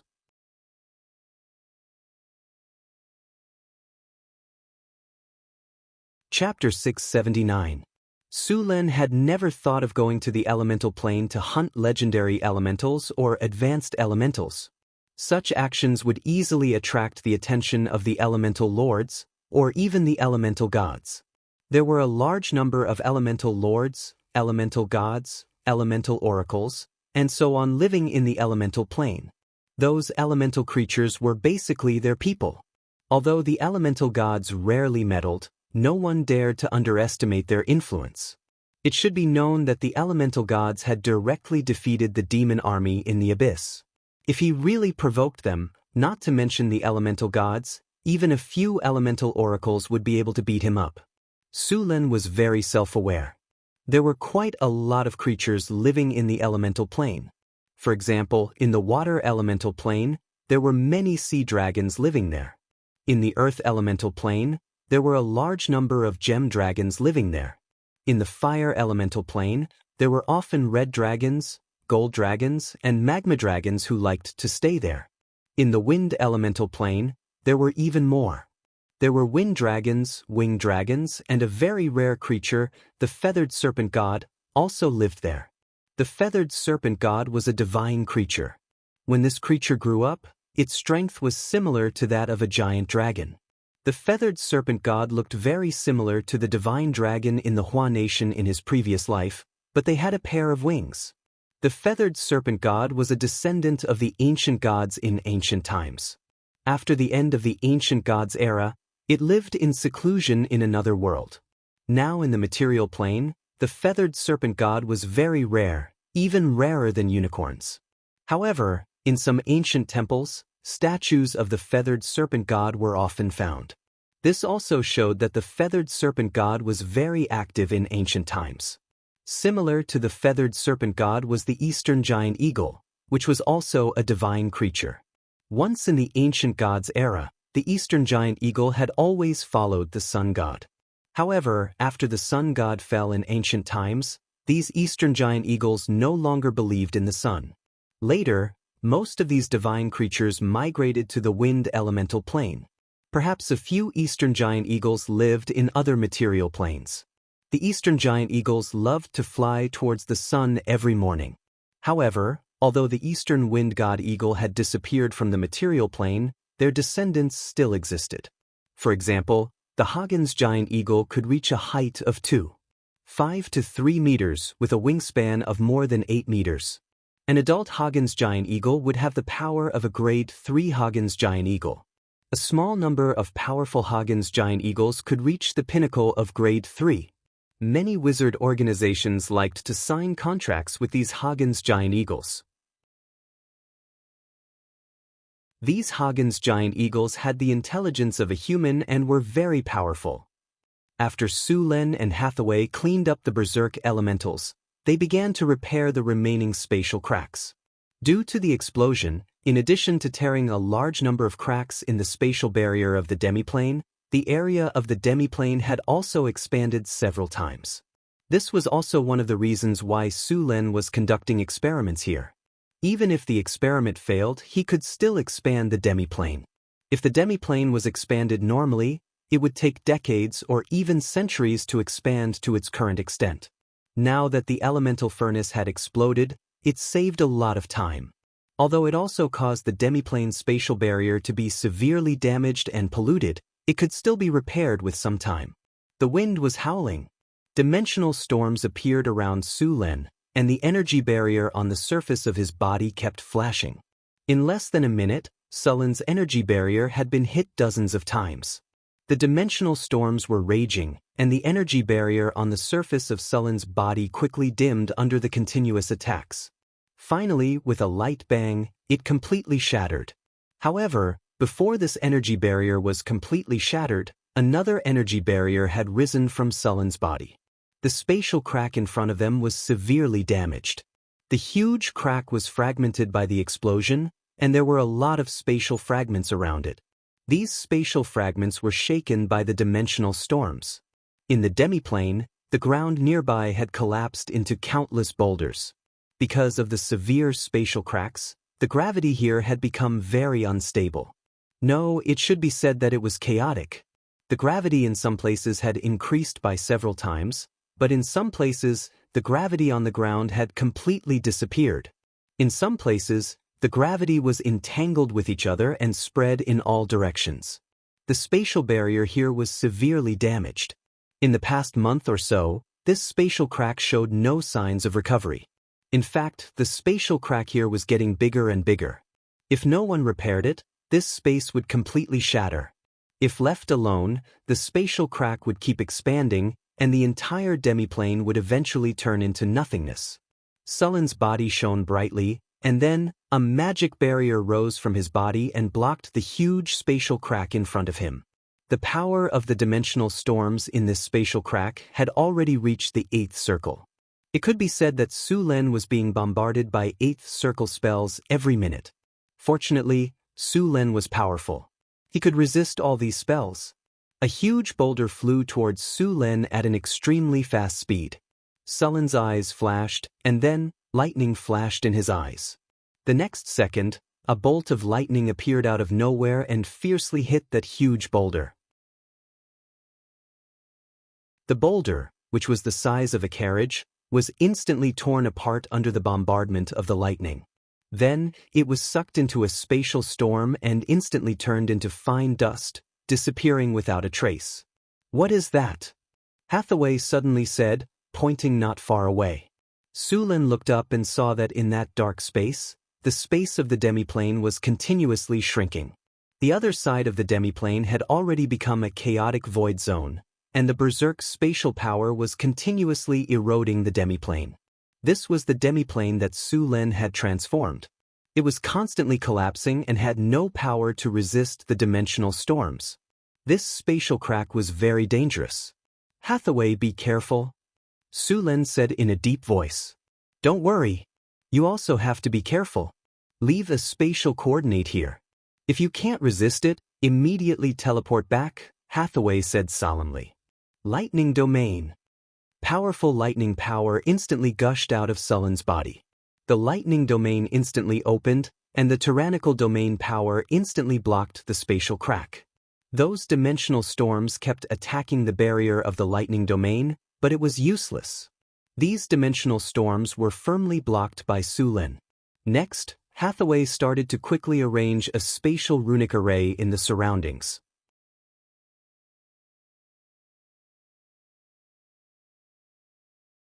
Chapter 680.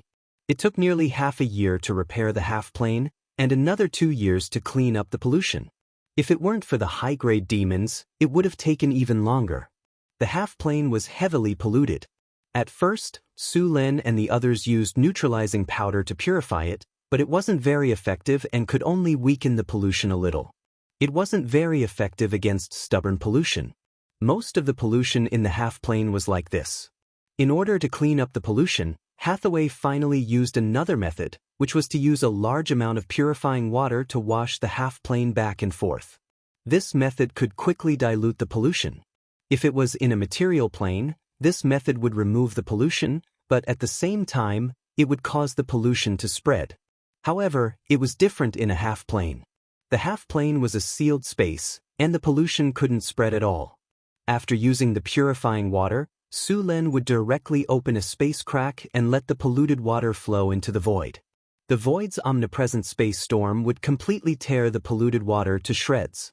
There was no need to worry about the polluted water contaminating other places. The space storm would quickly split the water into molecules or even smaller particles. After a dozen or so cleanses, the Northwind Tower spent a lot of money and finally reduced the pollution to below the standard value. The rest of the pollution could only be slowly recovered with time. In fact, there was a faster way, which was to plant the Wisdom Ancient Tree in the half-plane. The Wisdom Ancient Tree's purification field would completely purify the whole plane. After a few years, the half-plane finally returned to normal. Then, the renovation plan began. This half-plane would be the logistics base of the Northwind Tower. It had been a few years since the last explosion of the elemental fusion furnace. In these years, Hathaway hadn't stopped experimenting with the elemental fusion furnace. Finally, a year ago, the elemental fusion furnace was completely perfected. The elemental fusion furnace wasn't big, but the energy it provided was almost endless. With the elemental fusion furnace, the floating city's energy problem was solved. The renovation work of the northern city had never stopped. In fact, the renovation work was getting faster and faster. This was mainly due to the increasing number of wizard apprentices in the Northwind Academy. These apprentices had completed their transformation from ordinary people to wizard apprentices and began to accept large amounts of missions to earn resources. And the safest and most profitable mission was to modify the floating city. Although the strength of these apprentice adepts was very low, they were still much stronger than the slaves and workers. The transformation work, which was originally quite difficult, began to speed up. At the same time, the water elementium circulation system, life circulation system, air circulation system, and other supporting systems of the floating city were completed under the combined efforts of the adepts. The progress of the entire floating city was quickly completed. By the time the elemental fusion furnace was completed, the main body of the floating city was almost finished. The original puzzle of the Northwind Tower also needed to be modified. The previous puzzle could only cover a range of 500 meters around the Northwind Tower. This kind of puzzle worked well, so Surin, Hathaway, and Alex worked together to upgrade the puzzle. This puzzle was upgraded into a man-made magic net. The man-made magic net relied on the elemental fusion furnace. With the support of powerful energy, this magic net controlled an area of 50 kilometers. This man-made magic net had all the functions of a magic net. After entering the range of the man-made magic net, those without permission would have their spell-casting ability greatly restricted. High-grade wizards would lose their spell-casting ability directly. High-grade wizards would also have their spell-casting ability greatly reduced. Only legendary wizards were basically unaffected. For those with permission, they only needed to use a small part of their power to cast certain spells. Moreover, being in the range of the magic net would also give them a boost in mana recovery. At the same time, they would also receive permanent spells such as Flight, Mage Armor, and Energy Deflection Force Field. These spells would always be there. In addition to the man-made magic net, the ecosystem of the floating city was also almost complete. After the various systems were installed, these systems would activate the ecosystem system. The range of the ecosystem system and the man-made magic net were the same. The ecosystem system would allow the floating city to maintain an environment similar to that of the main material plane in any environment. At the same time, it could block the outside environment from affecting the floating city. With the ecosystem system, the floating city could enter the astral plane. Low-grade wizards and ordinary humans who were not strong enough would not die from extreme environments. In fact, if ordinary people could live in the astral plane for a long time, there were still many benefits. After all, the astral plane was filled with a large amount of source energy. This was the most basic energy in the multiverse. Even if one did not have the aptitude to become a wizard, after removing the source energy for a long time, they would still gain a lot of benefits. During the period of the Arcane Empire, many floating cities would enter the astral plane for a fixed period of time. In addition to collecting materials, another reason was to promote human evolution. After coming into contact with the source energy, the human soul would evolve under the influence of the source energy. These evolved humans would gain psionic abilities. Just like the Xianxias who lived in the astral plane, they were born with psionic talents and could become psionicists. These evolved humans were also called astral humans.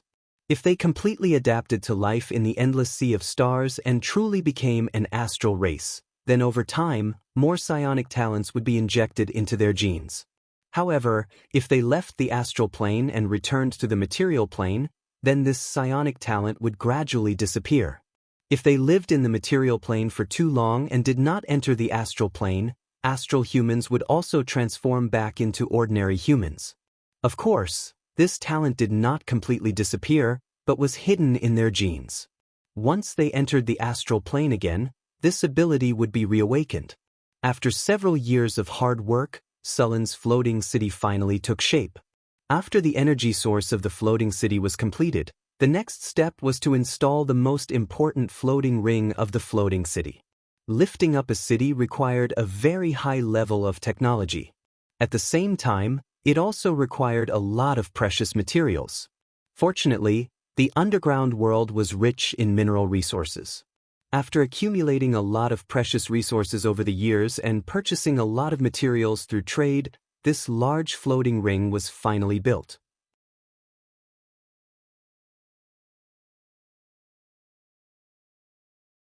Chapter 681.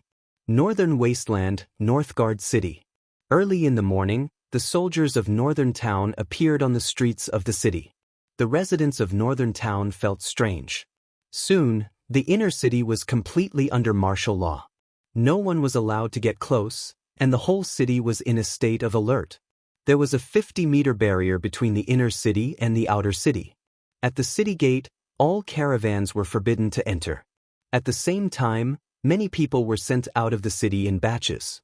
Although they were puzzled by the situation, they left with the soldiers. Sullen's control of the whole city was not just for show. The whole city would act as soon as he gave the order. Soon, The evacuation of northern town was completed. Even the original soldiers retreated to the city wall. Accompanied by strong elemental fluctuations, a muffled sound was heard, and the whole ground shook violently. In the Tower of the North Wind, Hathaway was wearing a gorgeous wizard robe and standing on the astrology platform. Next to her were Chris, Alex, Karina, Grace, and the others. On the other side was Sulin. On the astrology platform, a huge amount of elemental energy was constantly gathering toward the wizard tower. The elemental energy in the entire wizard tower was almost condensed. With the strong energy, the energy nodes in the wizard tower were quickly activated, and the energy channels were shining with a faint light.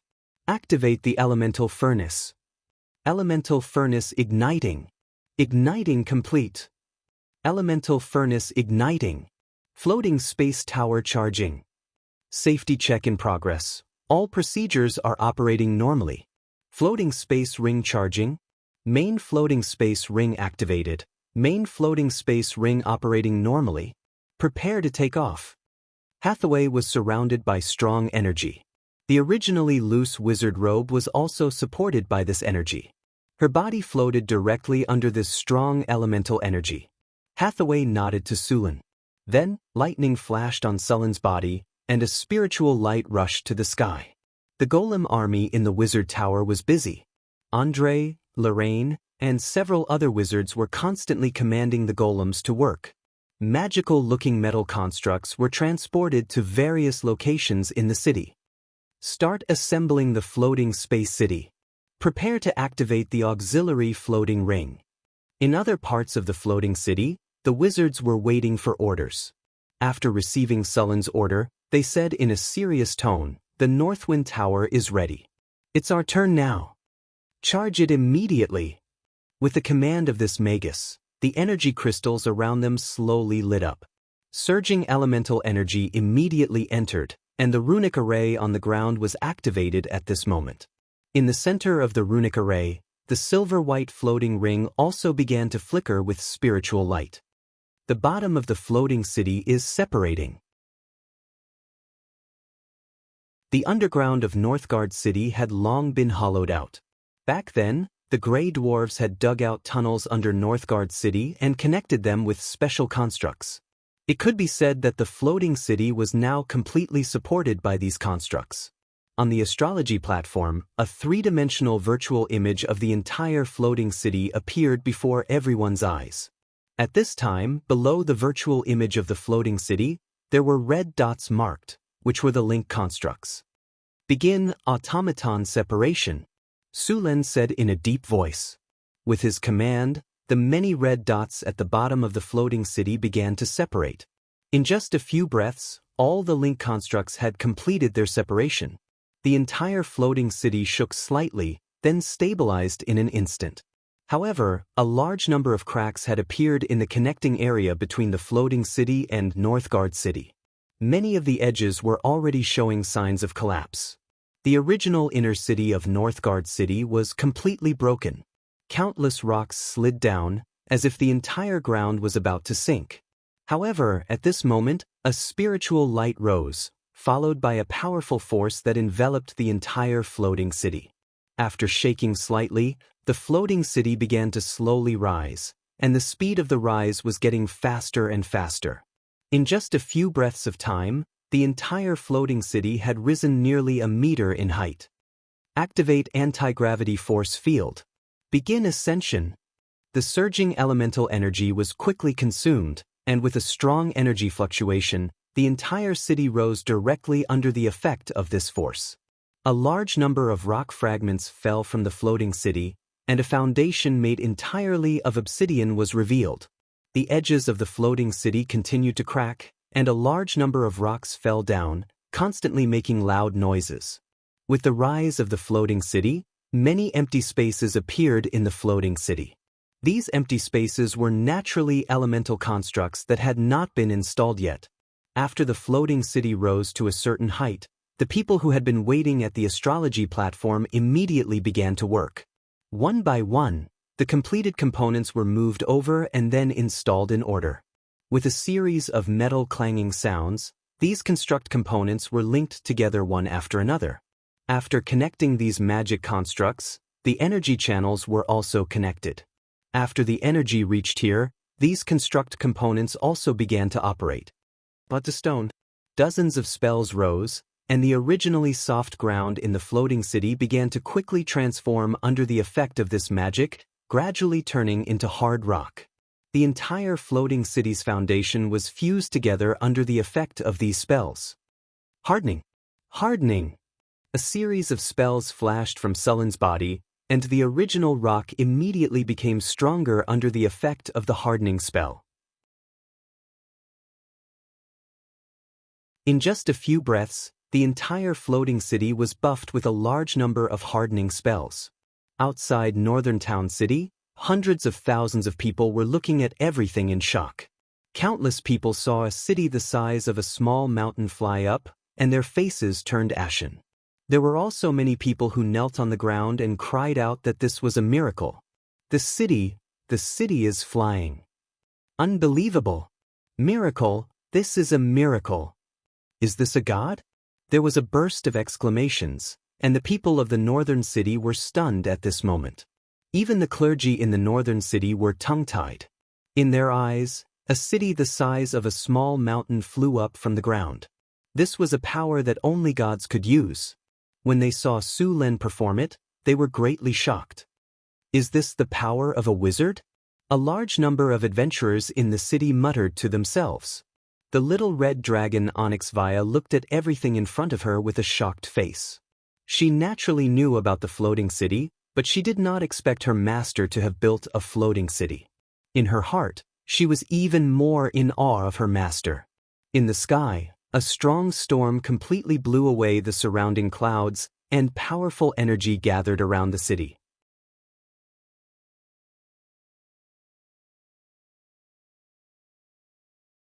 Chapter 682.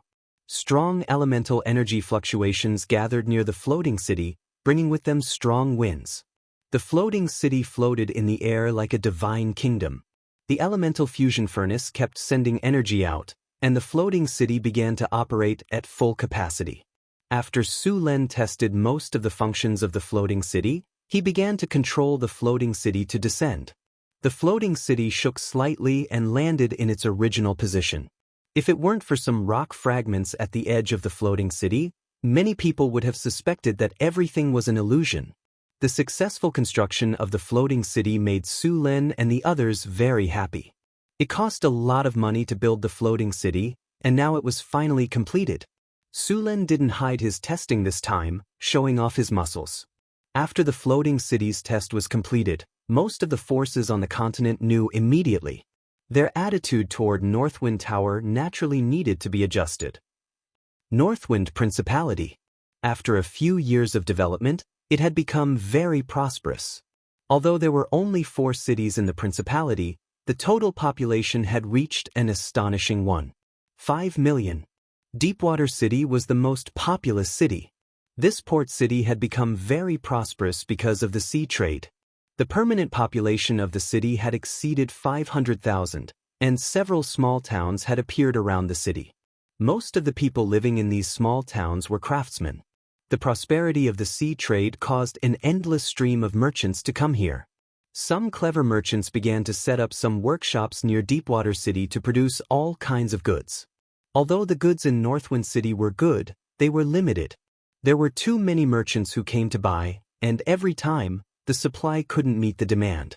After many merchant ships came here, they couldn't buy enough goods to fill the cargo ships. For merchants, a voyage without a full cargo was a loss. Therefore, many merchants who couldn't buy enough goods from Northwind City would buy other goods in Deepwater City. Although these goods were far less popular than those in Northwind City and the profits were lower, it was better than nothing. Among them, the most popular was refined salt, a specialty of Deepwater City. Deepwater City produced a light yellow refined salt without any bitterness. The quality was much better than rock salt mixed with a lot of impurities. Although it wasn't as good as blue salt, it was still very good. As a result, Deepwater City became even more prosperous. In addition, Deepwater City also produced a variety of dried seafood. The sea area near Deepwater City happened to be at the intersection of the cold north wind current and the warm south current. Two ocean currents converged here, bringing rich nutrients. A large number of fish thrived here, and any fishing boat could fill it up after a few trips. Deepwater City's fishery was rich in sturgeon. This kind of fish meat was fat and tender and was very popular. In addition, Deepwater City was rich in salt, so a large number of sturgeon would be pickled and sold as salted fish. Although dried salted fish didn't taste as good as freshly caught fish, it was salted. Salt was indispensable for anyone. Plus, it wasn't expensive. Moreover, salted fish was a type of meat, which was a very good food for commoners. Therefore, the salted fish from Deepwater City quickly became popular in the Southern Sea region. Even Beifeng Principality had a large number of salted fish for sale. The population of Mirror Lake City in the Southern Sea region wasn't inferior to Northgard City in the slightest. Moreover, relying on Mirror Lake next to it, millions of mu of fertile land had been cultivated here. It could be said that this place had become another large granary in a few years. Since the construction of the floating city in Northgard City was completed, more and more people wanted to live in Northgard City. However, it wasn't as easy as it was a few years ago. The City Hall of Northgard City had greatly increased the requirements. If it weren't for this, the population of Northgard City would have broken through the million mark long ago. The floating city's appearance made Northgard City the focus of the entire continent. Northgard City also had a new name, Magic City. Northgard City, as the capital of Beifeng Principality, had become unprecedentedly prosperous. In the sky, a group of winged dragon knights flew quickly. This was the winged dragon guard of Northgard City. Every winged dragon knight was at the peak of the 4th rank. On the wide and orderly streets, a large number of clay golems and rock golems were at work. Occasionally, a few steel golems would appear. The steel golems didn't look clumsy. Instead, their bodies were slender and graceful. They had humanoid faces. Their surfaces had a silvery white metallic luster, and there were many golden red patterns on them. The steel golems' foreheads were embedded with blue gems. Complex and precise runes were engraved on them. Their bodies moved nimbly, full of a sense of technology. These steel golems had been optimized and upgraded. Not only did they have powerful physical attacks, but they also had energy attacks. Apart from the fact that they couldn't fly, they were almost identical to Iron Man Floating City. This place, which was known as the capital of magic, looked like a fantasy city. In the Adept Tower, translucent magic bridges appeared out of thin air. These magic bridges were completely made of pure light, forming a closed loop around the Adept Tower. On these closed loops were strange purple magic crystals. At this time, these magic crystals were orbiting around the Adept Tower according to a specific pattern. Rich elemental energy filled the entire floating city. Next to the Adept Tower was a huge garden. When the breeze blew, the lush magic plants swayed slightly. A strong floral fragrance assaulted one's nose. This was the arcane garden Su Lin had built in the past. There were fountains, fake mountains, exotic flowers, and all sorts of other things. Around the Adept's Tower, other buildings were scattered all over the place. Energy channels connected these buildings with the Adept's Tower. Countless runes combined to form arcane chains that shrouded the entire floating city, forming an extremely intricate and complicated net. Enigma matrix, man-made weave. Many of the wonders combined with the floating city to form a powerful floating city. Many adepts who had been here called this place an arcane wonder. The whole city was very clean and tidy. It was completely built with obsidian. There were flower beds on both sides of the city. The architectural style was ancient, but also had some magical architectural styles. There were even some sci-fi styles from the previous world. On the other side of the city, 3 artificial lakes the size of a football field appeared in front of them. These artificial lakes were the water circulation system of the floating city. Under the effect of the runes, the sewage was purified and reappeared here. Above the 3 artificial lakes, spatial runes shrouded the area. Inside was the original secret realm around the northern citadel. Su Len and Hathaway spent a lot of effort to connect this secret realm to the floating city. P.S. Thank you, dear readers, for your love and support. This book is about to come to an end.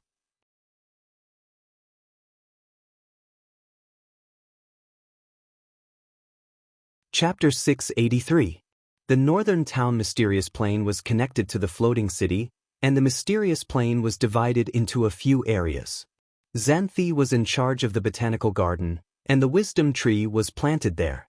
With the wisdom tree, the entire botanical garden was covered in a layer of plants. All the plants could grow here.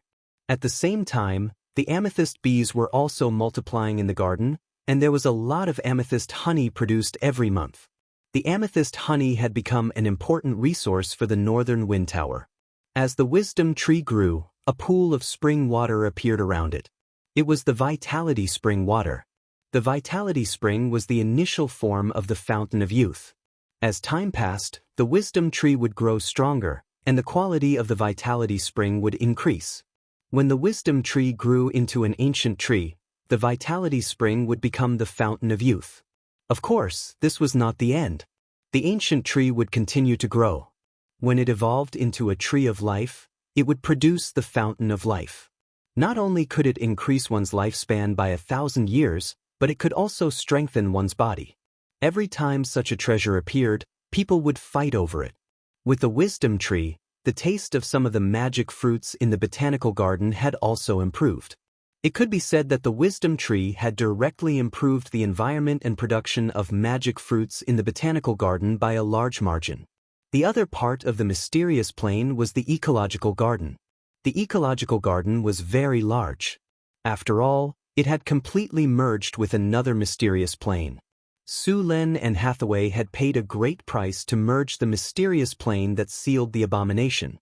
They had also modified the wizard tower, which became the control center of the ecological garden. This adept tower could adjust the environment and climate of the ecological garden. It could monitor the entire ecological garden at any time and place. A large number of creatures were kept in captivity in the ecological garden, including dinosaurs, wyverns, violent beasts, magical beasts, radiation aberrations, and so on. There were dozens of species and hundreds of different creatures. The floating city already had its first batch of residents. They were the wizards from the Northern Wind Academy. The floating city was designed to accommodate 50,000 to 100,000 people.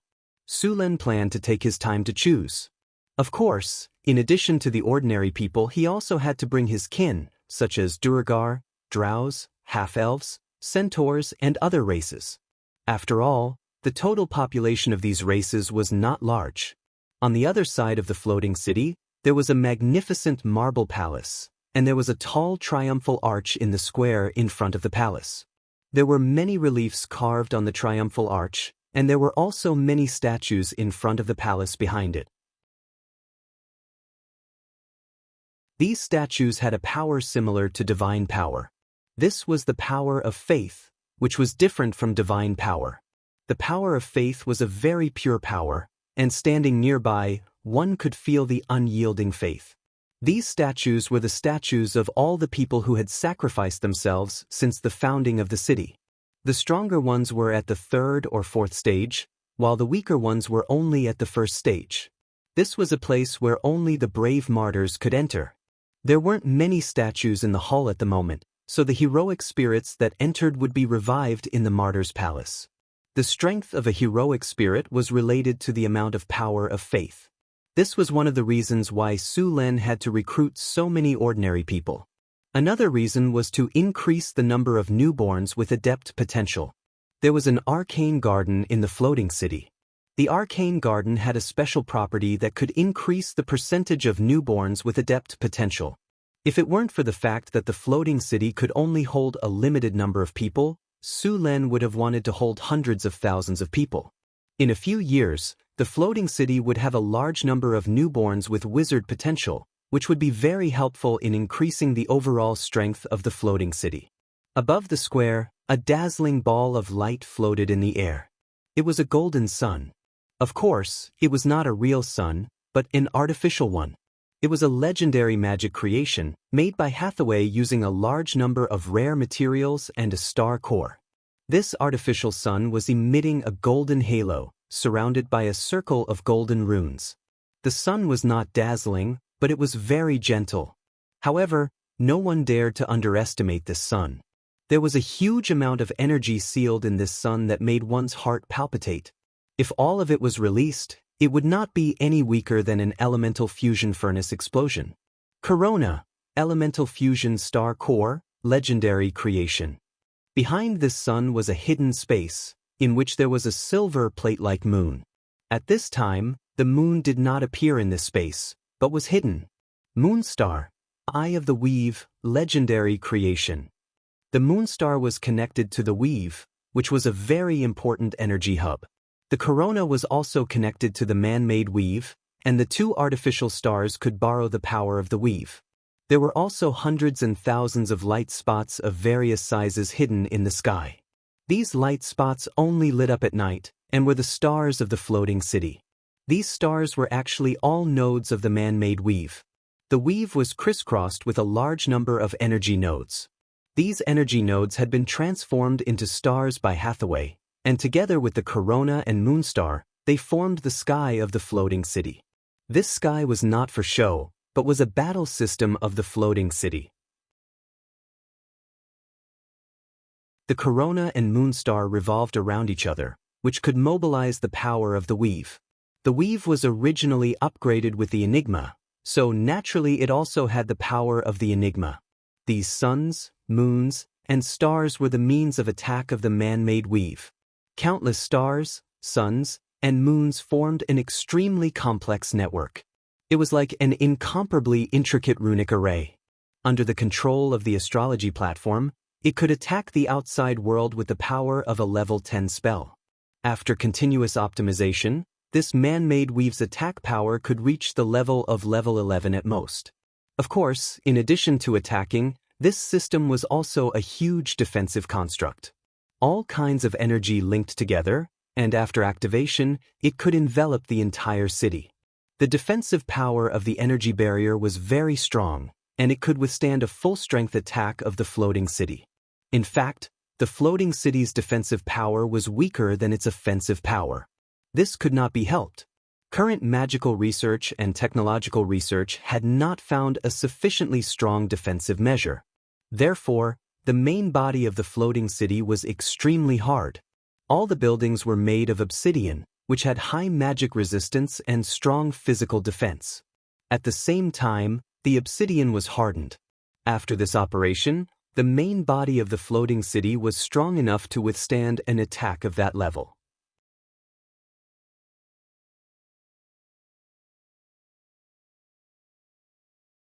Chapter 684.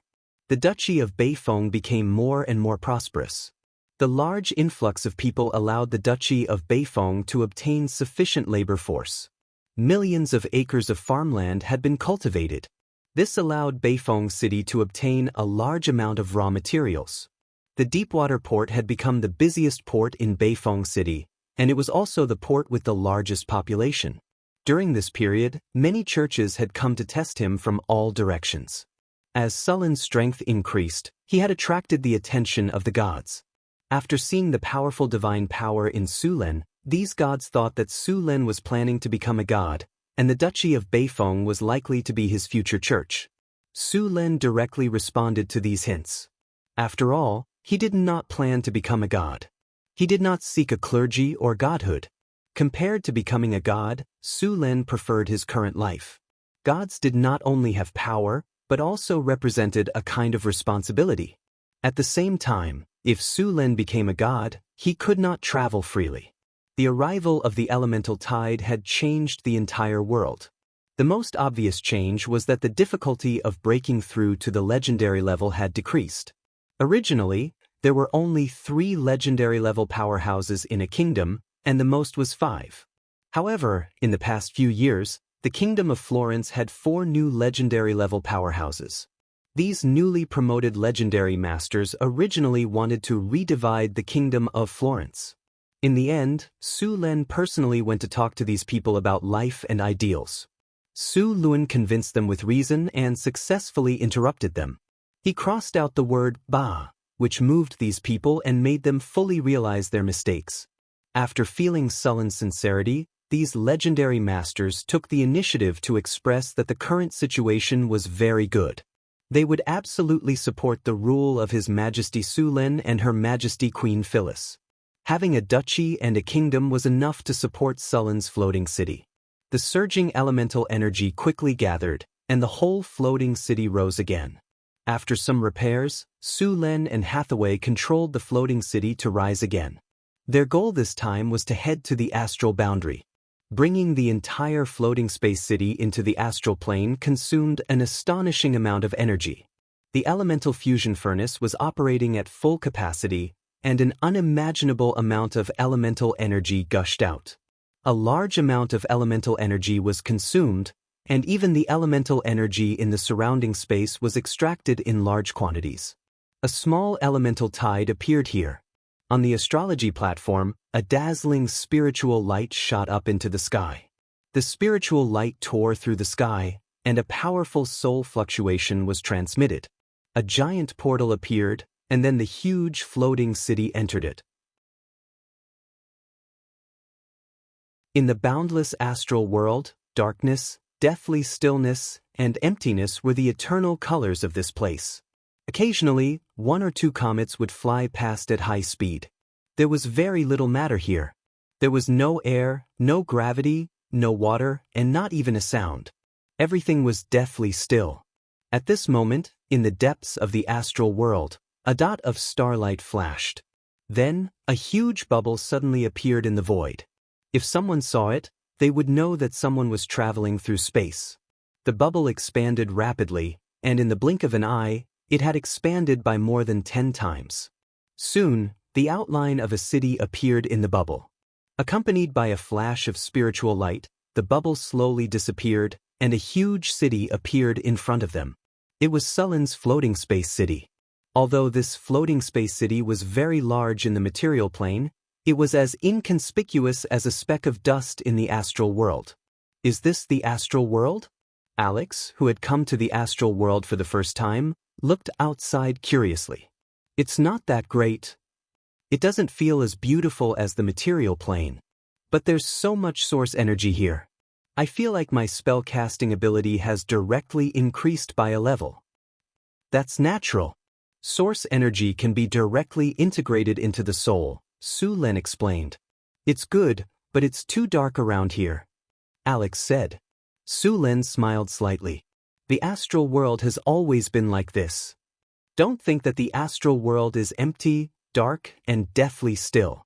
There are still many creatures living in the astral world, such as the astral whale, Githian, evil god, abomination, or other astral world travelers. It's still very dangerous here. Many ancient dragons that can't live in the prime material plane will also move their lairs to the astral world. In addition, there are space-time storms, spatial cracks, and so on. So, be careful in the astral world, Su Len said to them.